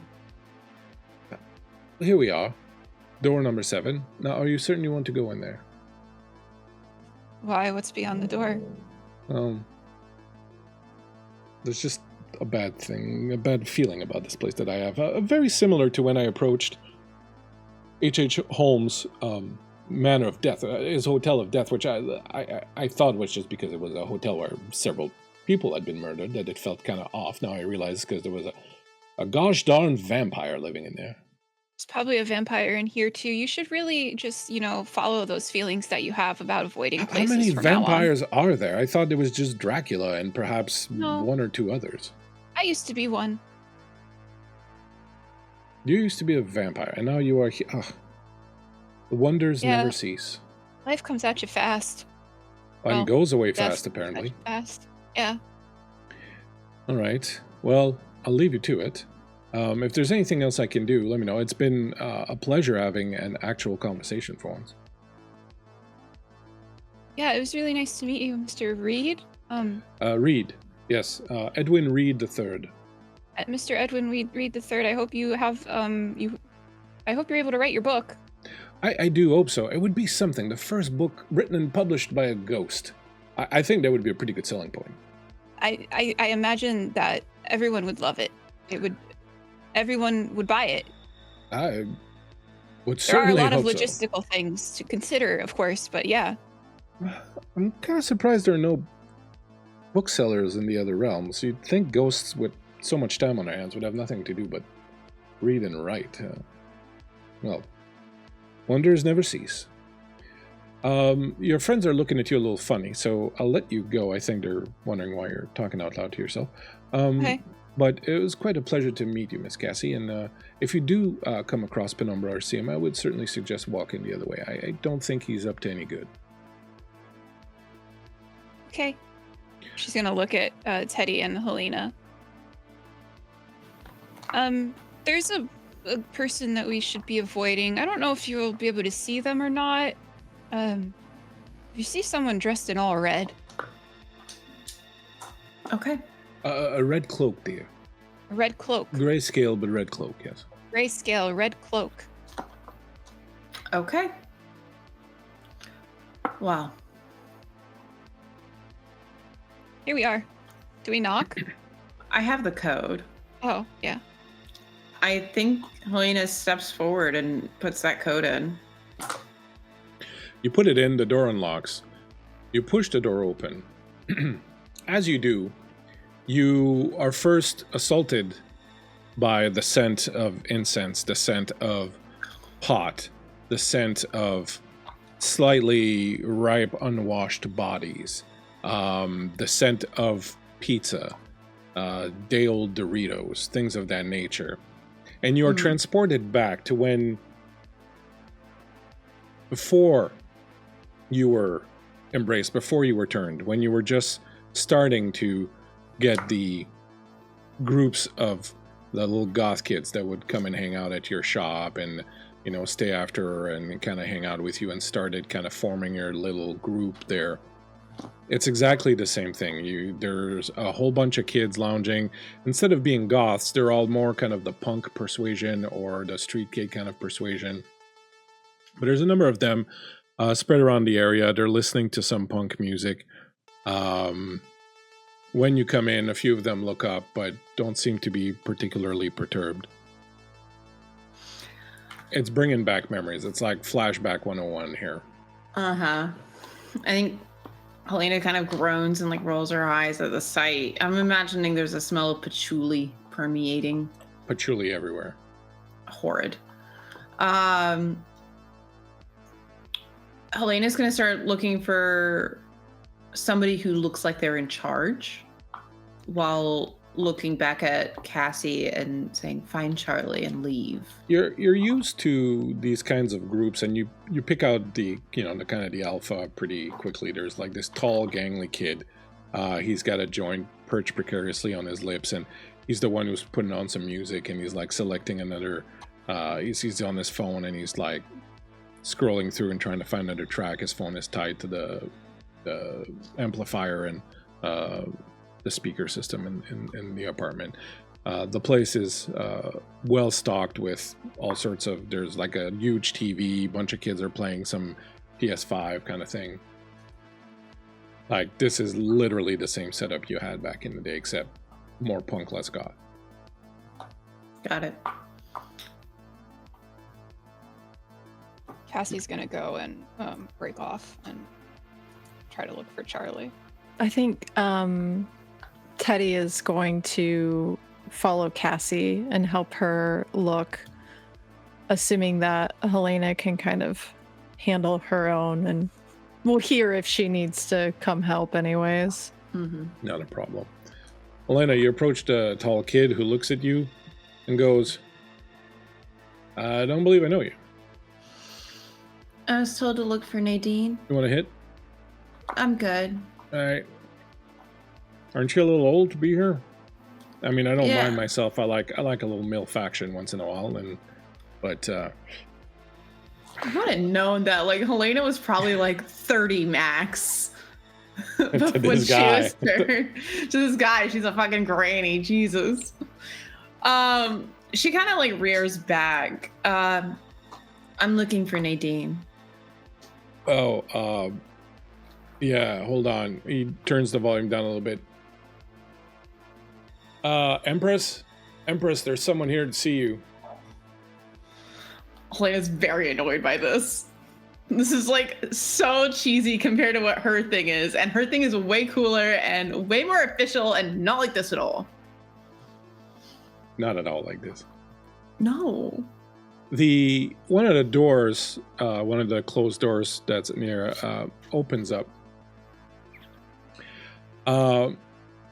This woman comes out. She is dressed in this long, shiny leather jacket, like this PVC long coat. She's got these long boots, her hair slicked back.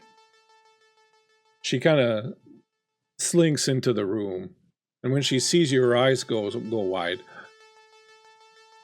My. Everybody. The goddess herself visits us tonight. Oh, we are truly blessed. Turn the music down, would you, Brad? She comes over and kneels in front of you. Your lordship.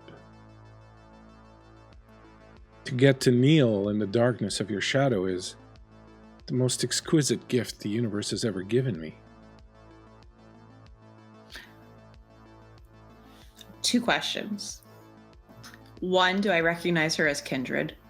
Yes. 2, do I recognize her as a bullshitter? Yes. And no.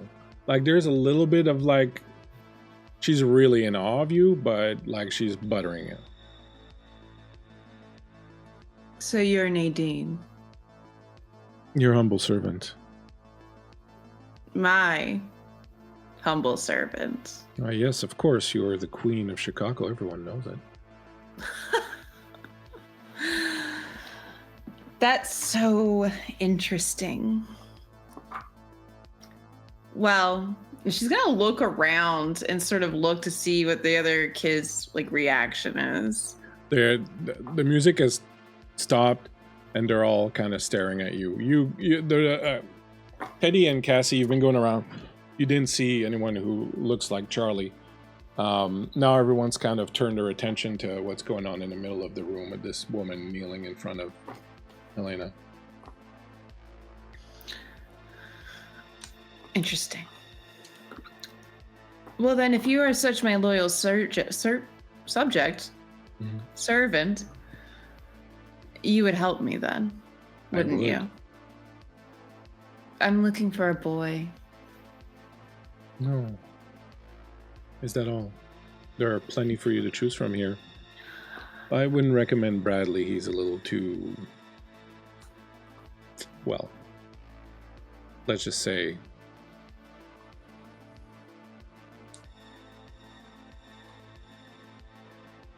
untalented, but... That's not what I'm looking for. I'm looking specifically for a boy named Charlie. A boy named Charlie. He hangs Alright. around here. That's very possible. Why Charlie? Why Charlie specifically? Dear, have I sinned? Have I taken one of your flock? Is that what you're doing here? Taking my flock? I'm merely doing as you have taught me. Is that so? Yes, I'm not quite up to your level yet, who could be, but I'm working on it. I'm getting better every night. Oh, I'm sure you're practicing real well. Where's Charlie? You know I'm your biggest fan, right? Where's Charlie? Doing what I learned from you. Where's Charlie? You're the queen, but surely I can have a little for myself. Where is Charlie, Nadine? You know the thing about queens, my queen? Queens rise, they rule, and then they die. I am merely preparing for the inevitable day where your mighty rule will end, and your crown will fall onto the next most deserving person. There's no need for us to be at odds. After all, I'm only doing what you've taught me.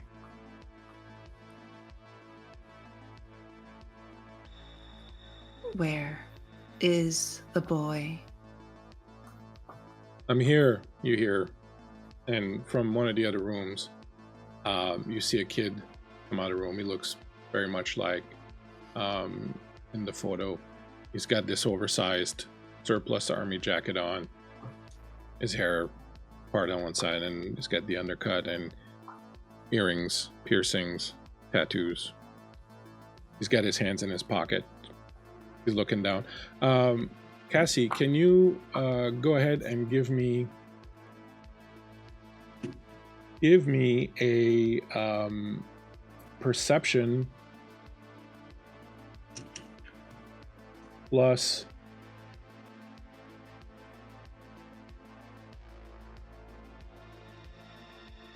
empathy.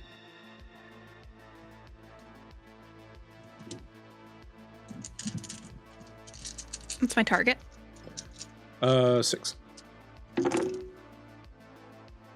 3, 4, 5. 5 Excellent. successes.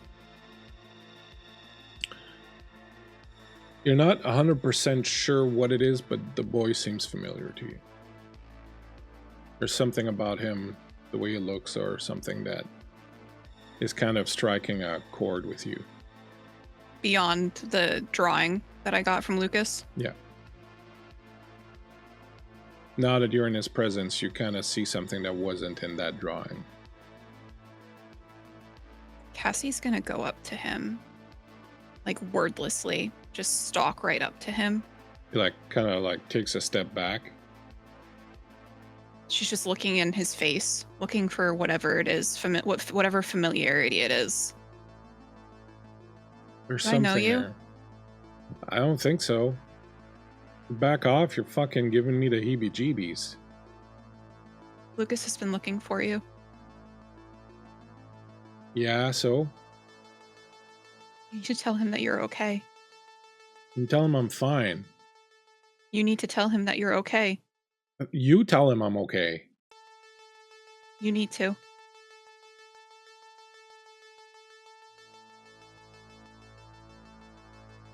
How do I know you? Fine, I'll... Jeez, what's it to... I don't know you. Back off, lady. She's just she's frantically scanning his face. Nadine's looking at this, and she looks at you and she goes, I think you're, what is she? Your acolyte, your handmaiden, is frightening the boy. We don't want to frighten them. You know that frightening them is the last thing we want to do, right? When you frighten them, it breaks down this bond that you're so actively trying to build with them. Isn't that right, Queen?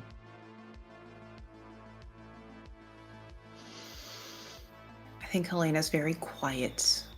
Is she still kneeling? Yep. But she's kind of more like in the photo now where she's kind of got her knees off the ground and she's more like crouching now.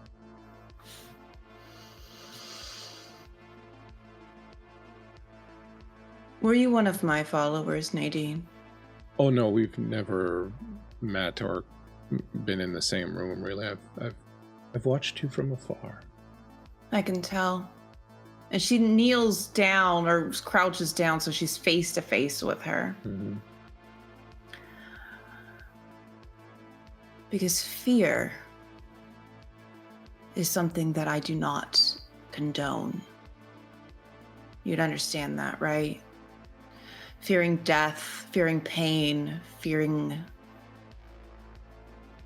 All lessons I've taken to heart. You've taught me so well. So no, I will not stop the boy from being afraid because he must learn the lesson to not be afraid. But with that, there's a bit of an oxymoron within me, Nadine. Because as I stand before you now, and she does stand at this, you should be very afraid of me, Nadine. But I am. I don't think you are. I don't think you quite comprehend the level of shit that you have just found yourself now that I have found you. Do you understand that, Nadine? Do you understand how fucked you are right now? Now that I'm standing here before you, now that I know that there's a boy here who's been missing and people worry for him, now that I see you. Do you understand the level of fuckery you have brought upon yourself and your house? Tell me, my queen, how many children have disappeared under your reign? As she says that, Cassie, you notice that she's very idly playing with some of her jewelry. But as she does this, you feel power emanating from her, and you see ghosts start to come into the room. They start floating up from underneath the floor, coming down from the ceiling, coming through the walls, and they start gathering around her as if they're under her control. Helena, she's doing something. I'm going to use Dreaded Gaze on her. Okay, go for it. Okay. I'm rolling for... It is... Red Gaze is... I just thought... The player rolls charisma plus intimidation, and your difficulty is her wits and courage. Your targets are going to be 7. Okay, no problem. Wits and intimidate. No problem. 3, 4, 5, 6, 7, 8, 9. I have 1, 2, 3, 4, 5, 6 successes. Okay. So she's going to expend a willpower to not go running off. Okay. But she is going to rear back. And Cassie, you can see that as she rears back in fear, the ghosts are starting to kind of, react and kind of move. And it's kind of like they're just waiting on the word from her. And she kind of falls back and kind of backpedals a little bit on her ass. And then you can see, Cassie, that she makes a decision. She doesn't order them to do anything. Do I have a feeling that it's some sort of power she innately has, or was her fiddling with her jewelry? Is there something on her that is allowing her to control? Yeah, no, it feels like something that she can do. Okay. It's got that same feeling that some of the people you met through Vincent and whatnot had, like some sort of necromantic ability. I want it known that as she sort of is like crawling back away from Helena, Helena is stepping forward to keep almost no distance between them. What's Teddy doing during all this? Teddy is watching. She's kind of readying herself to make a move if she needs to, but she's not going to step between Helena and this woman unless she feels like Helena needs that, because she recognizes that this is their fight and it's fair to give her her fight. So you step forward towards her. She like backs up against the wall and like kind of pushes herself up so she's standing. Cassie, you can tell that like she's, she's definitely like on the verge of doing something, and she's got control of all those ghosts. Cassie's gonna issue another warning to Helena. Helena, she's summoned ghosts. They're all around you now. Careful.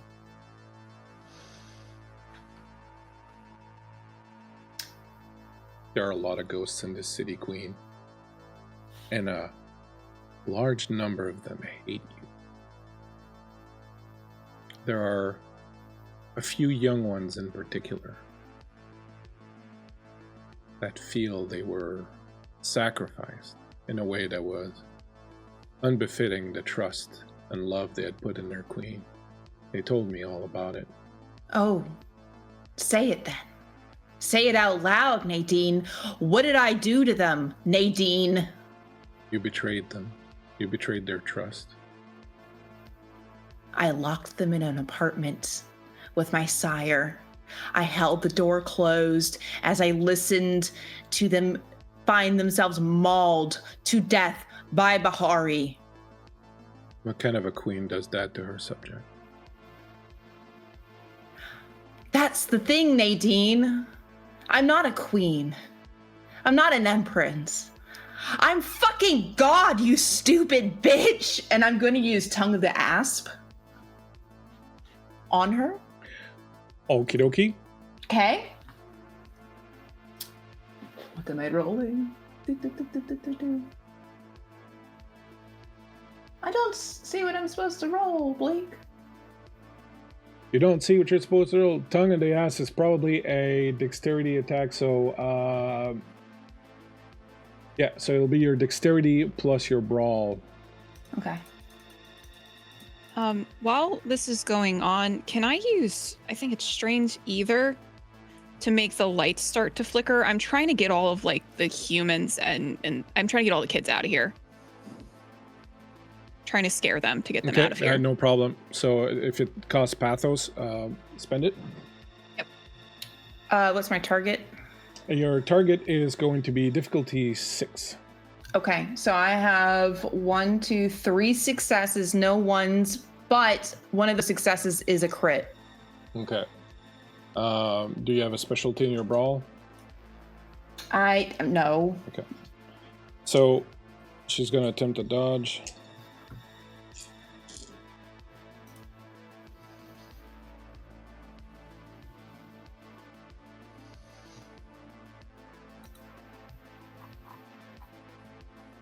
So she tries to get out of the way.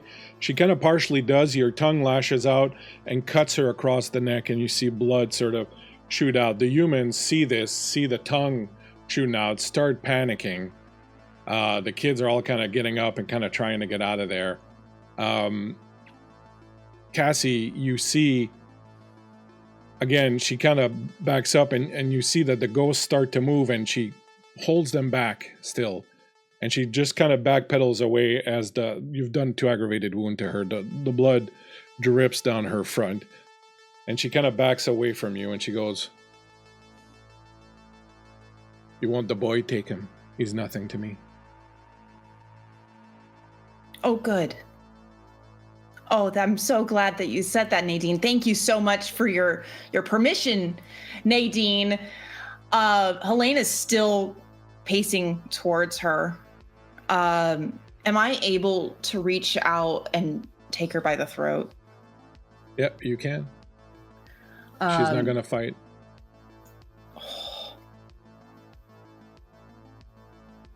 I think Helena is going to hold her there. What I would like Helena to do is to take her by the throat and get her down on the ground so Helena is straddling her waist while choking her. And I want her to start squirming, and I'm going to look for something wooden and sharp. So you grab her, and she's like kind of letting you do this. She's not fighting it. You bring her to the ground, and she's sitting there. Cassie, you can tell that she's like really, like the ghosts are fucking raring to go and to react and to do something. I try to determine why she's not defending herself. Go ahead and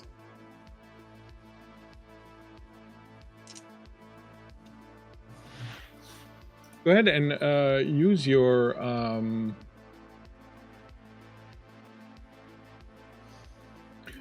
you can use your Kismet, which is your fatalism at level 1.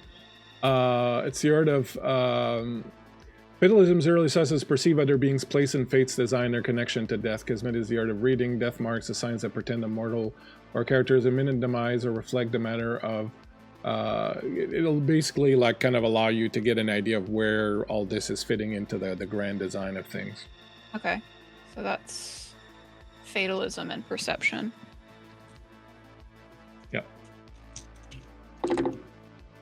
So that's going to be, is it 6 or 7?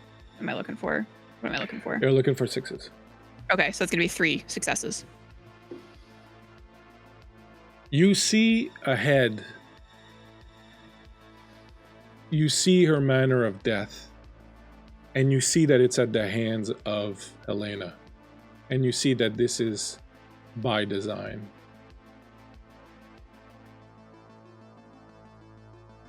Helena, stop. I think Helena's just sitting there strangling her. She wants you to do this, Helena. She's got something. You're playing into her plan. I think Helena takes a moment and glances back at Teddy.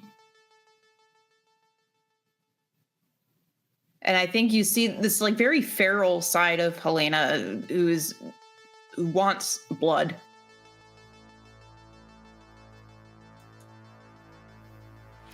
I think you see Teddy looking to you, expressionless, as though to say, this is your choice. What are you doing then, Nadine? She looks back and she kind of lets off strangling her.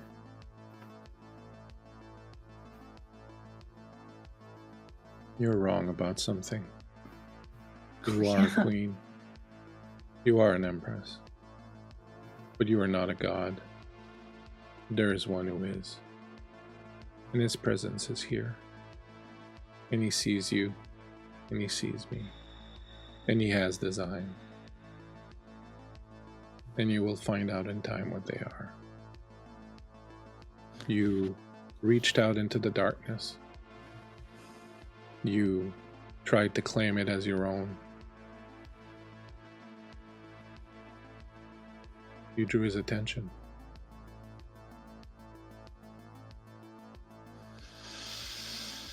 His name is Penumbra. And he comes. Fucking Bali. Is that what you think? No, but I think that's how they got my attention. The Bali have nothing to do with this. The Bali are small children playing with things they do not understand. Penumbra is god of death. And those who sacrifice in someone's name other than his anger him.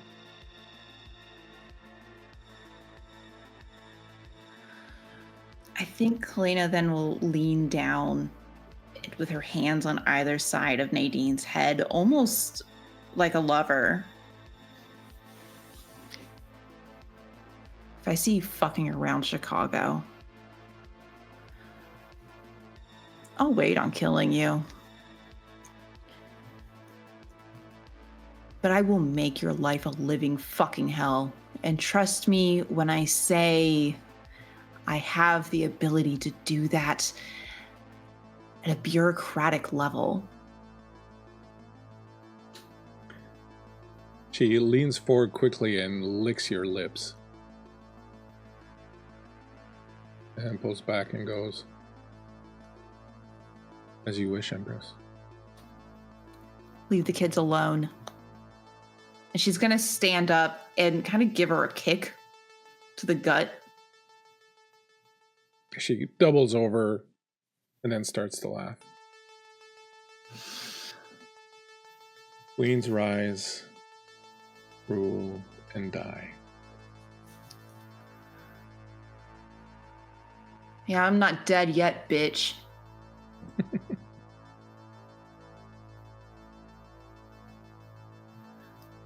She's sits gonna back and just watches you. I'm gonna look back at Teddy and Cassie. You gotta go. Whatever you say.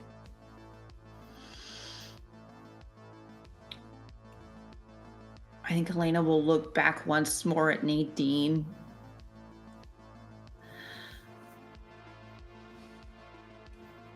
You'd be a fool if you think that I'm afraid of dying. You'd be a bigger fool to think that I'm gonna let it take me quick. And she's just gonna turn and leave the apartment. As you do, she just starts laughing, and her laughter follows you all the way down the hall. Charlie's hoofing it with you. Cassie is just like, get me the fuck out of here. What the hell was that?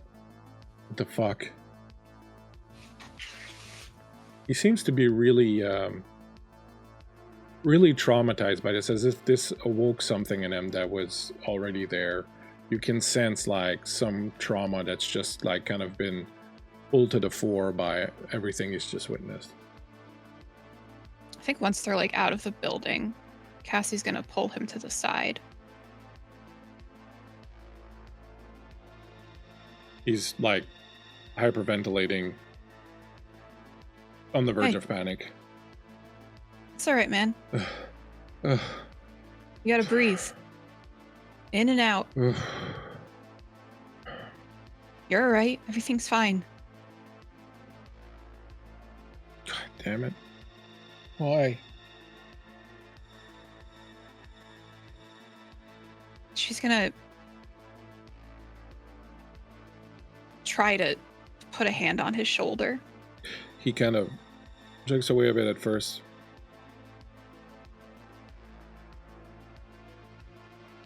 Why does this shit keep happening? What shit?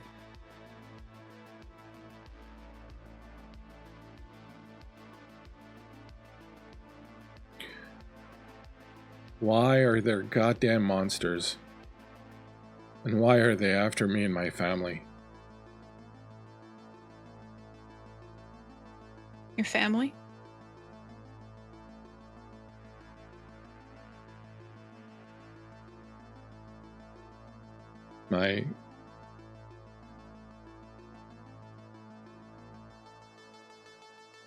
My sister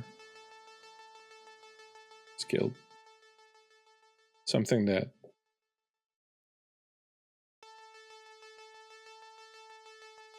ripped her apart.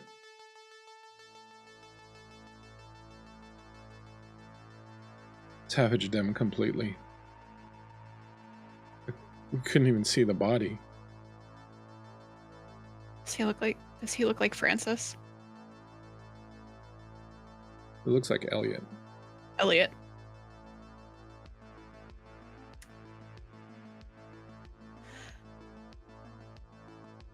They wouldn't let us see the body. They couldn't even explain what had happened. They said it was...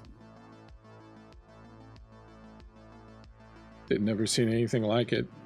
Only a monster could have done something like that. And I didn't believe they exist, but...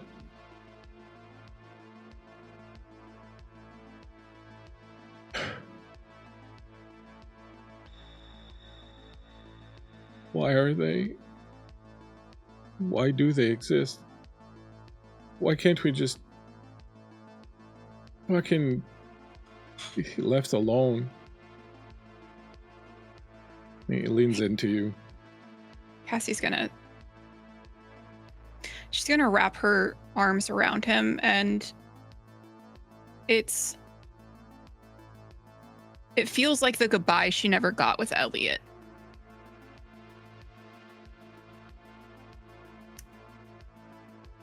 Listen, Can you kid, take me back? there's Sorry, go ahead.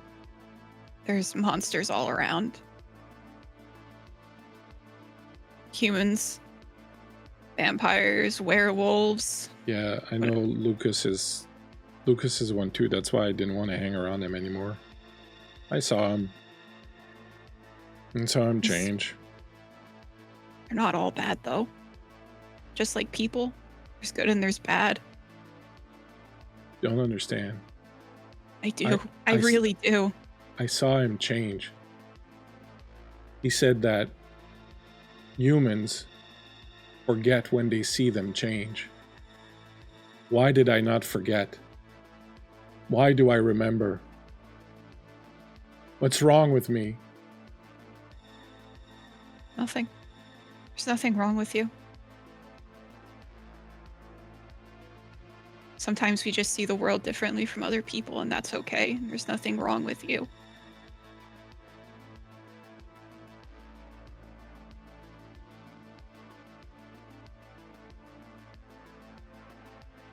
I just want to get out of here. You got anywhere to go? Not anymore. I don't want to go back with Lucas. He's nice. But I'm not ready to face all that.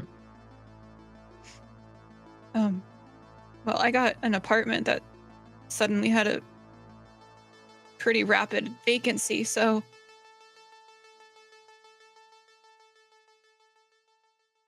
You're a it monster does come too, with the right? dog, though.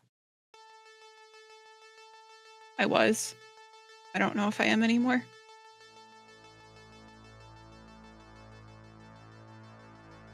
What's the dog's name? Prince.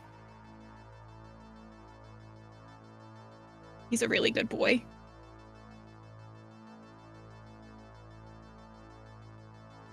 Okay. Okay.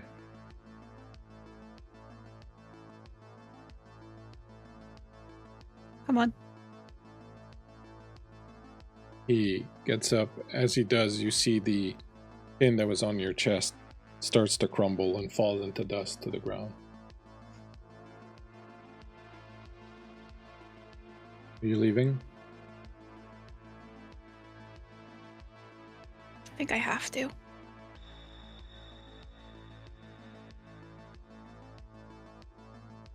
Maybe you can choose not to.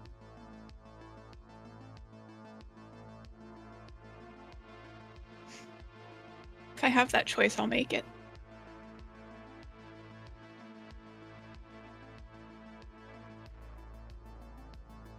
You'll go back to the car. Get back in. Drive back. Where do you go and what do the three of you do after this?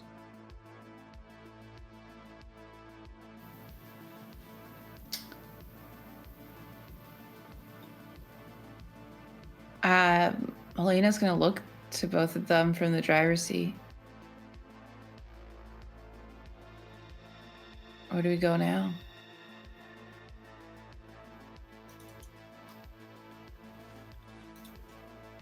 Can we drop him off at my apartment? Yeah. Yeah, we can do that. Helena will start driving that way.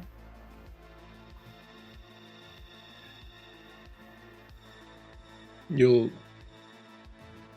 not encounter any issues. You'll drive back up to Cassie's apartment. And pull up in front. No problems.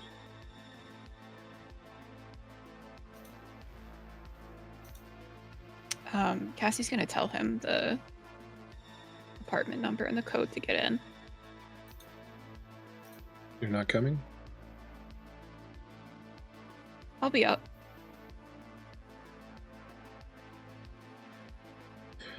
He gets up and just before he leaves, he turns around and he looks at you and goes, "Did you know her?" I wish I knew her more. When you come up, I'll tell you about them.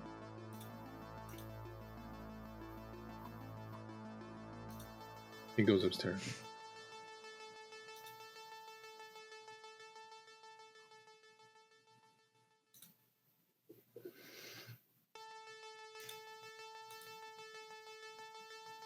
I don't know if I can stay.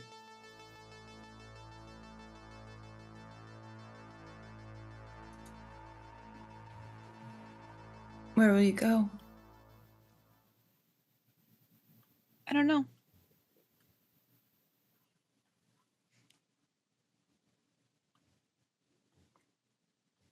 What do we do with your body?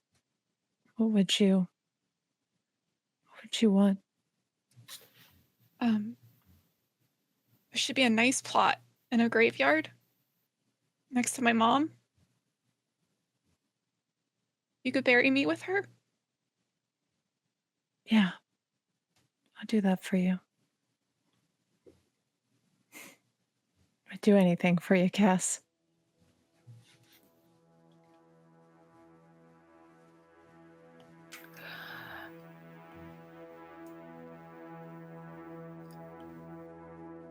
I think it's worth saying that you were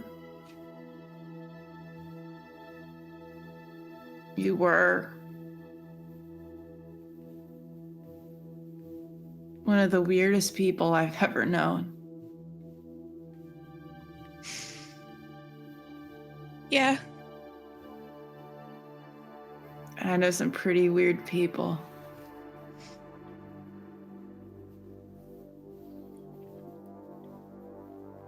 I'll check up on the boy from time to time. I mean, he's stuck with me. He's got my dog. If you can figure out maybe what's up with him. Yeah. Try to keep him away from all of this as much as you can, at least. Yeah, maybe I can introduce him to some of the anarchs. Make him some good friends. Yeah. People who will look out for him.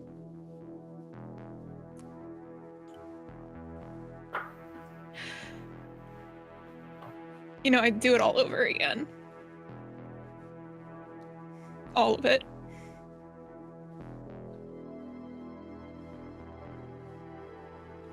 So would I. Me too.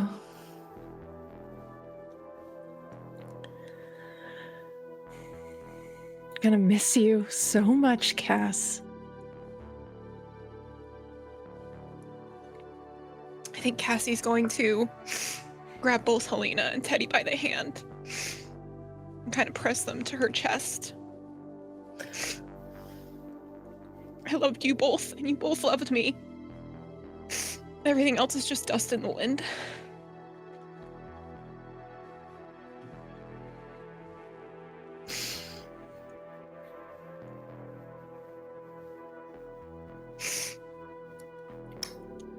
Raise hell, kid, man.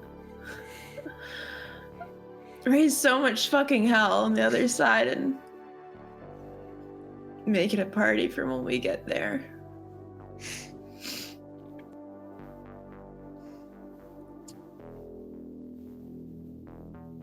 Cassie's gonna turn around and she's gonna start walking to her apartment.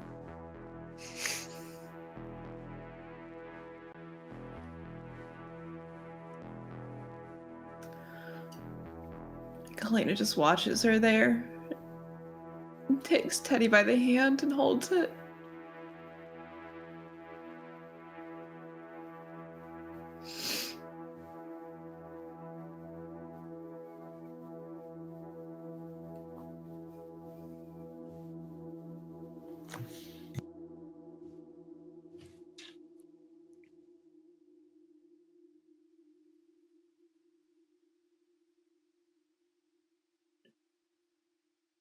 As Cassie goes up to her apartment, and two of you are left alone in the car, what do you do?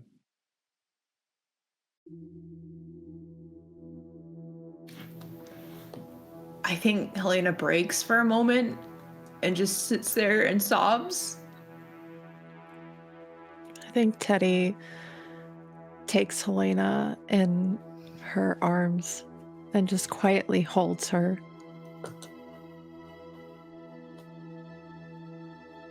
wasn't supposed to be that way. It was never supposed to be that way.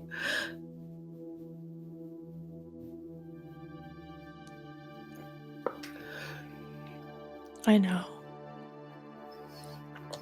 But we have each other. And she'll always be with us.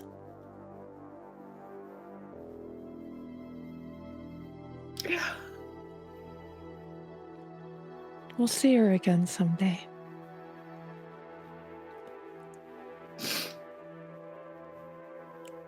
But now,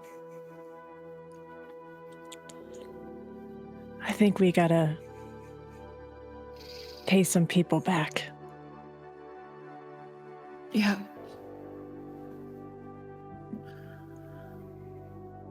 Yeah, we do.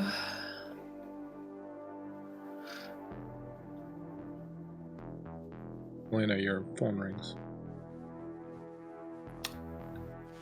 Hello. Hey, baby. How are you doing? Not great. Oh. Oh. Just saying goodbye to an old friend. That'll do it. You happen to know where Teddy is? Next to me.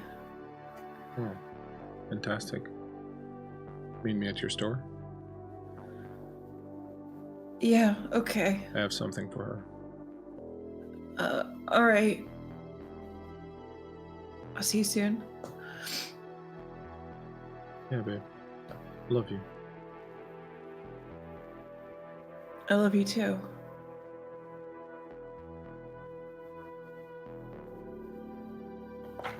Helena's gonna start driving towards the store.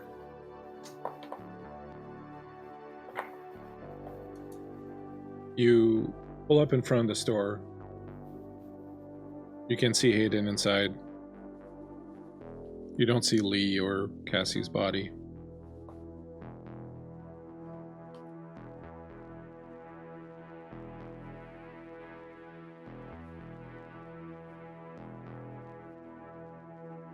I think Helena's gonna look at Teddy.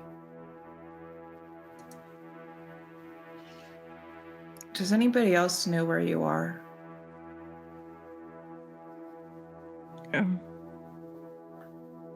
No, I didn't really tell anyone where I was coming. Can you text somebody right now and tell them where they are?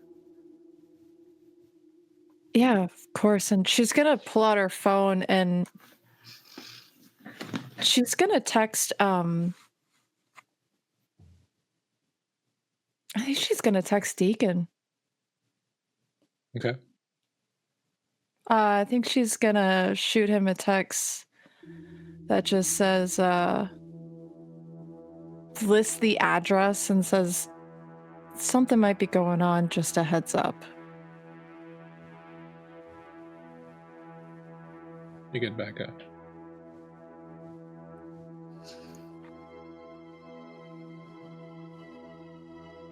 I just need you to know whatever happens in there. If you have a chance to get out, get out. Don't wait for me.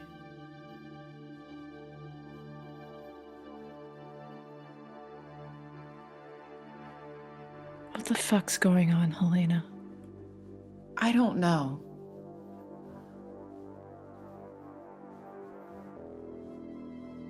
Well, then I guess we should go figure it out.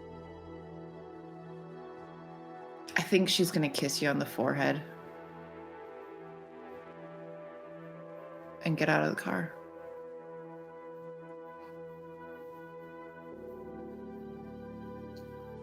The front door's bell rings as you walk into the store. Hayden's leaning against the counter where Cassie's body was a little earlier, but it's not there. Evening, ladies. Hey. Lee? Oh, he left earlier when I pulled up. He had a body with him. I don't know. Said he had to go. Meddled. It was Cassie's body, Hayden. He wouldn't leave with her like that. I don't know what to tell you. You can call.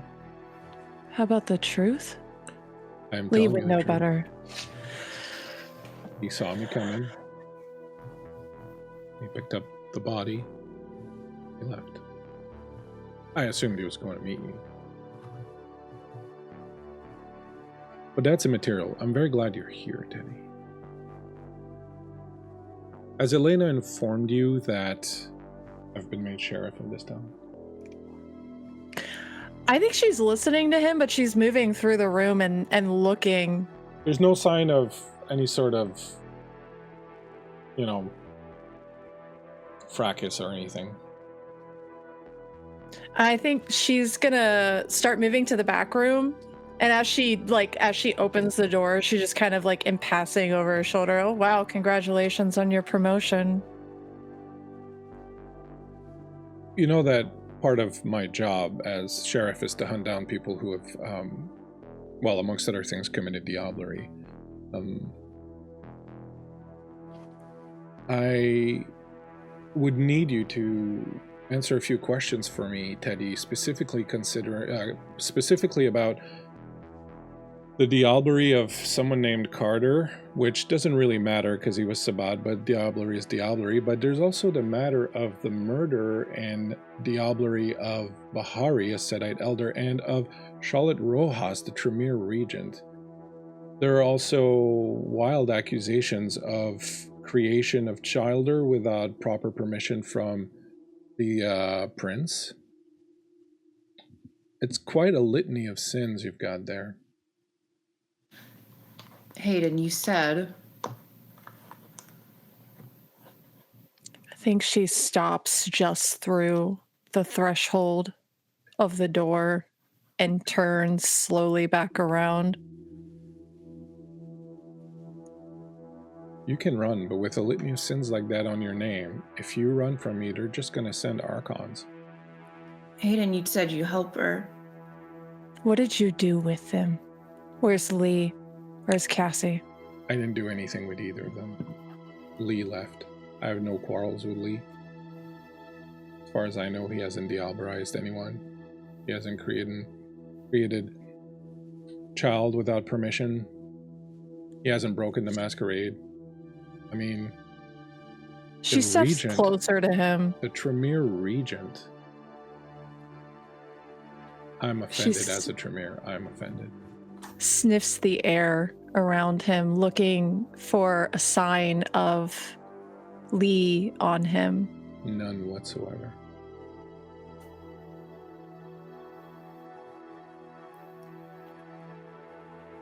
And the thing is this, Teddy. I know that aside from the Carter thing, you didn't do any of it, but because this is the Camarilla, and because I have status, and because you're just a flea-ridden beast. It doesn't matter if you brought them videographic evidence. They're gonna believe me over you. What do you want, Hayden? Nothing. I just need someone to take the blame for all this shit, and it's going to be you. You gonna give me a head start at least? As you're looking at him, you see he's starting to shift very, very slowly. His head, the forehead's growing a little bit. You can see it's starting to turn gray. His shoulders are broadening. Helena, you know what's happening. I think Helena is begging Hayden to stop. He looks at you. What are you doing?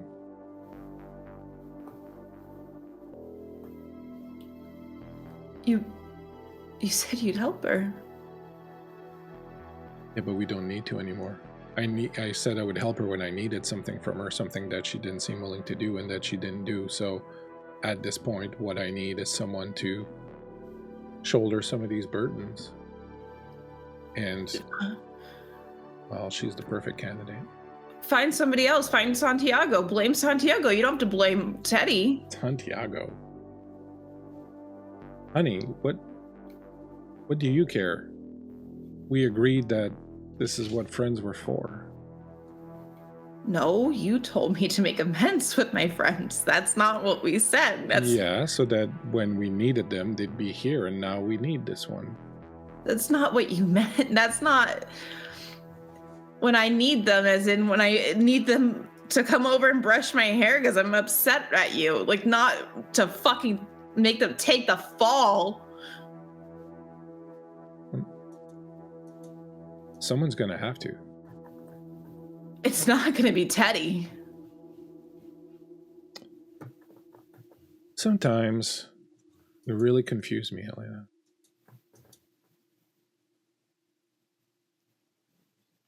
You promised. It looks at Teddy. It looks back at you.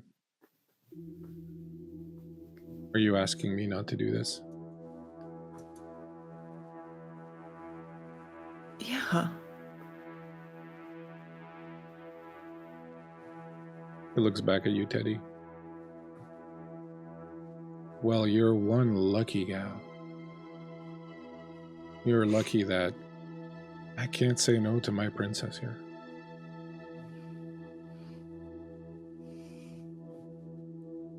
I'll give you a head start. I'll let you leave. But you lost your Chicago privilege. You lost your Midwest privilege. If I so much as sniff a hair from your body anywhere in the Midwest, I am going to wear your skin.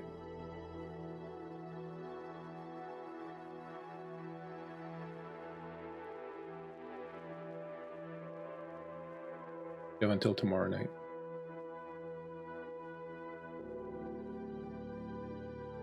Heard.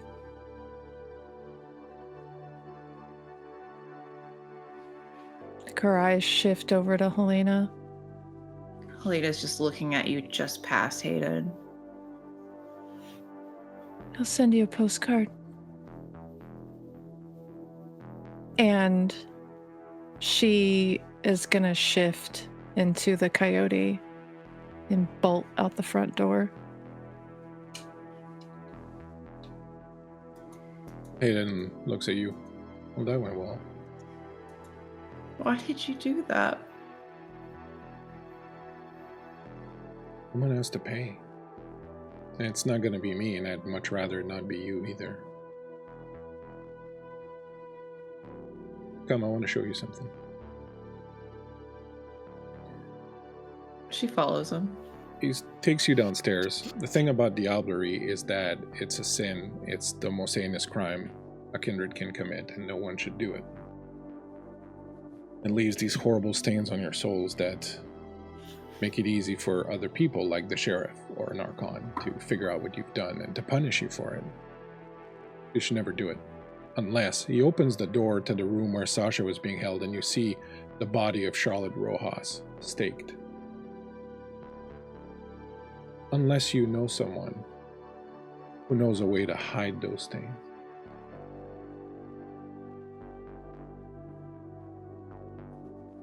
What are you offering me, Hayden? You smell that? Yeah. Chaos. It's fear, it's confusion. The Sabbat, Camarilla, fucking who knows what else, the Anarchs. It's gonna be a shit show. And that's exactly what we need. Because it's our time, little one. You and me.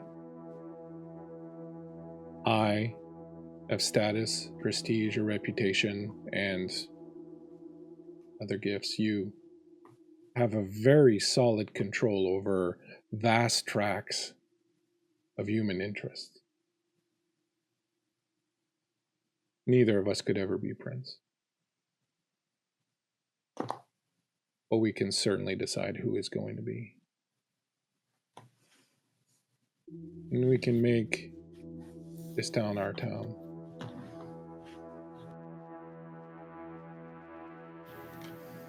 So, what do you say we have a quick drink?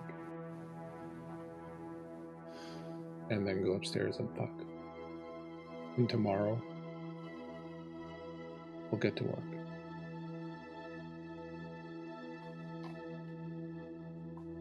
I think even through her disgust of what just happened between Helena and Hayden, that Sedite part of Helena looks down at Charlotte Rojas and all the fuck shit that she said to her while she was paralyzed, while she was staked, comes bubbling back, and she looks up at Hayden. It's almost like you're proposing to me. It's cute. A red wedding. And Helena's gonna descend on Charlotte Rojas and begin drinking. Teddy, where are you heading? She is trying to find Lee. You get out. Do you try calling him, or do you try looking for him, or what are you trying to do? In coyote form with my heightened scent. You can. Can I fucking track him? You can smell him. You know he went out like the back a door. dog. Absolutely. He went out the back door. You follow the scent. Unerringly, you find your way to Nora's house. You know she's not there right now. You smell him. As you approach the house, you can see some light inside. You know he's there. But as you approach the house, you notice a big Range Rover truck that's parked in front, the kind that Owen used to drive you around in. And as you approach, the lights flash. Twice at you.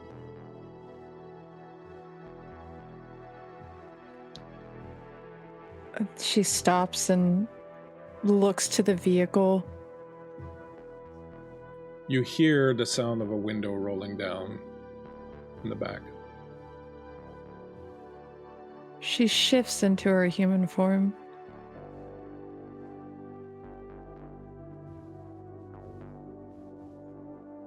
You see a hand come out and drop a small golden wrapper on the ground.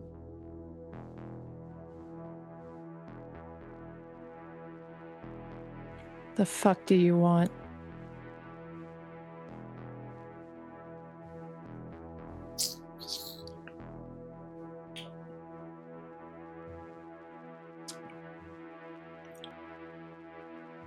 Hello, Teddy. How are you doing? I feel like I've been asked that a lot lately. Again, what the fuck do you want? I want my property back. I want you and Owen to come back. You belong to us. We would like to have you back, but even beyond the very mercantile aspects of that particular transaction, we care about you. And you're very important. And so we would like you to come back to the fold. Things are happening, things are unfolding. A lot's going to happen, and it's going to get ugly. And I honestly think you should try to be on the winning side for one. Can I see someone driving the vehicle? Yeah, you can see someone in the front seat.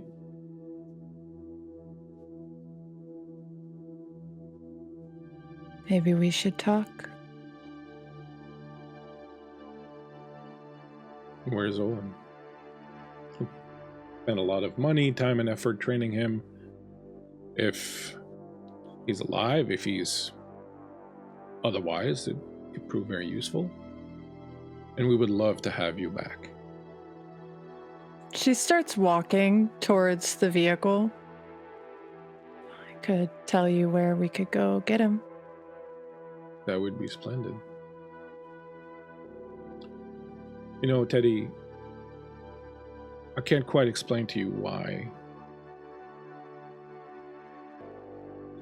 you're important, why we want you back, but I'll tell you this. There's someone upstairs, someone much higher up than me, that has a special interest.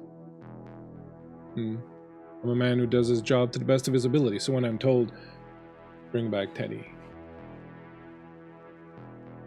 bring back Owen, well, I do my job. I think she's standing outside the door. I'm assuming he's sitting in the back of this vehicle. Yeah, she's standing outside of the door. You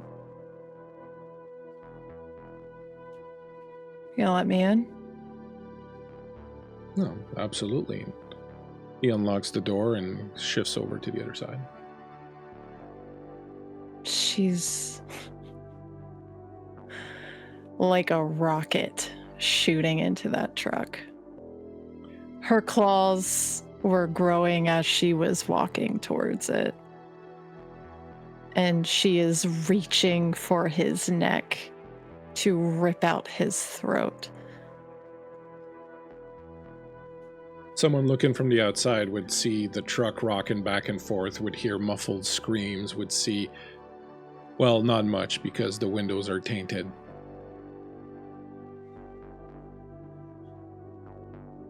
In moments, you've ripped him apart completely, killed the driver. There's blood everywhere, you're covered in it. His glasses hang down, skew on his face. I think she steps out of the truck and does one of these. And in her other hand, she picks up a mint and unwraps it, pops it in her mouth, and walks to the house.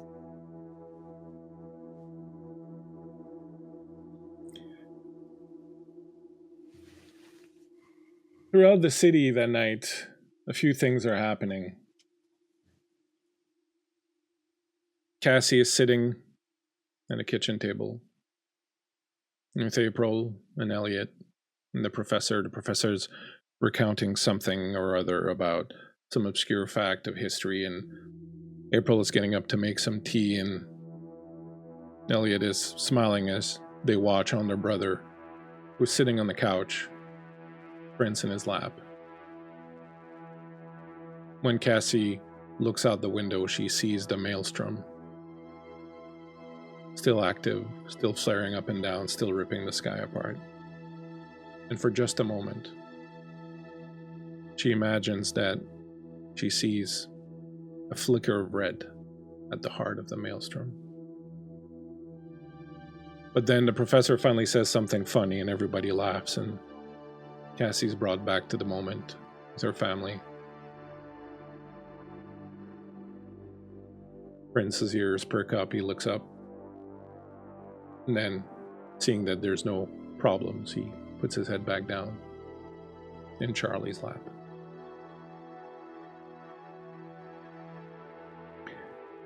At the Aegis office, a young man walks into the top floor office, finds his boss standing at the window looking out over the city. Walks in, waits for an invitation to speak. The man says, "It's about to begin." The young man says, "I am afraid I have some bad news, sir. District Manager S. Oliver has failed." The man at the window says, "Is he dead?" "It would appear so, sir." The man at the window,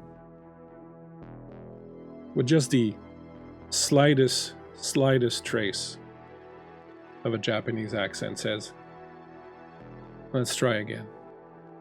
She's special to me. I want her back where she belongs." Outside the city, on the freeway heading west, Verena extends a thumb. It's not long before a trucker pulls up on the side of the road.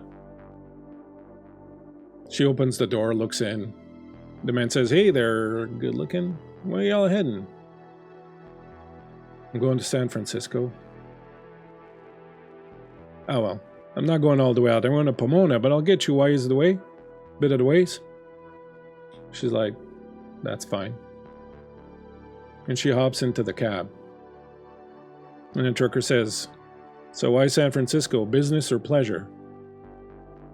She looks at him, smiles in a vaguely threatening way, and says, "I have family there."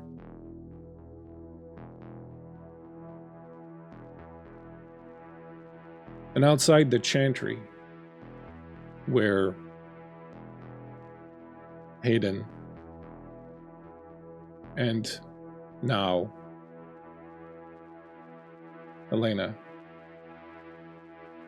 are undergoing a ritual that will erase traces of diablerie from their auras.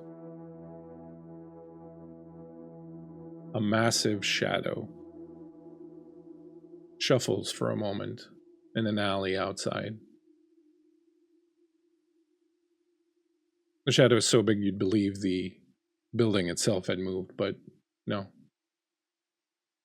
Eyes glinting red from the dark depths of his winter jacket cowl, Baptiste watches the chantry.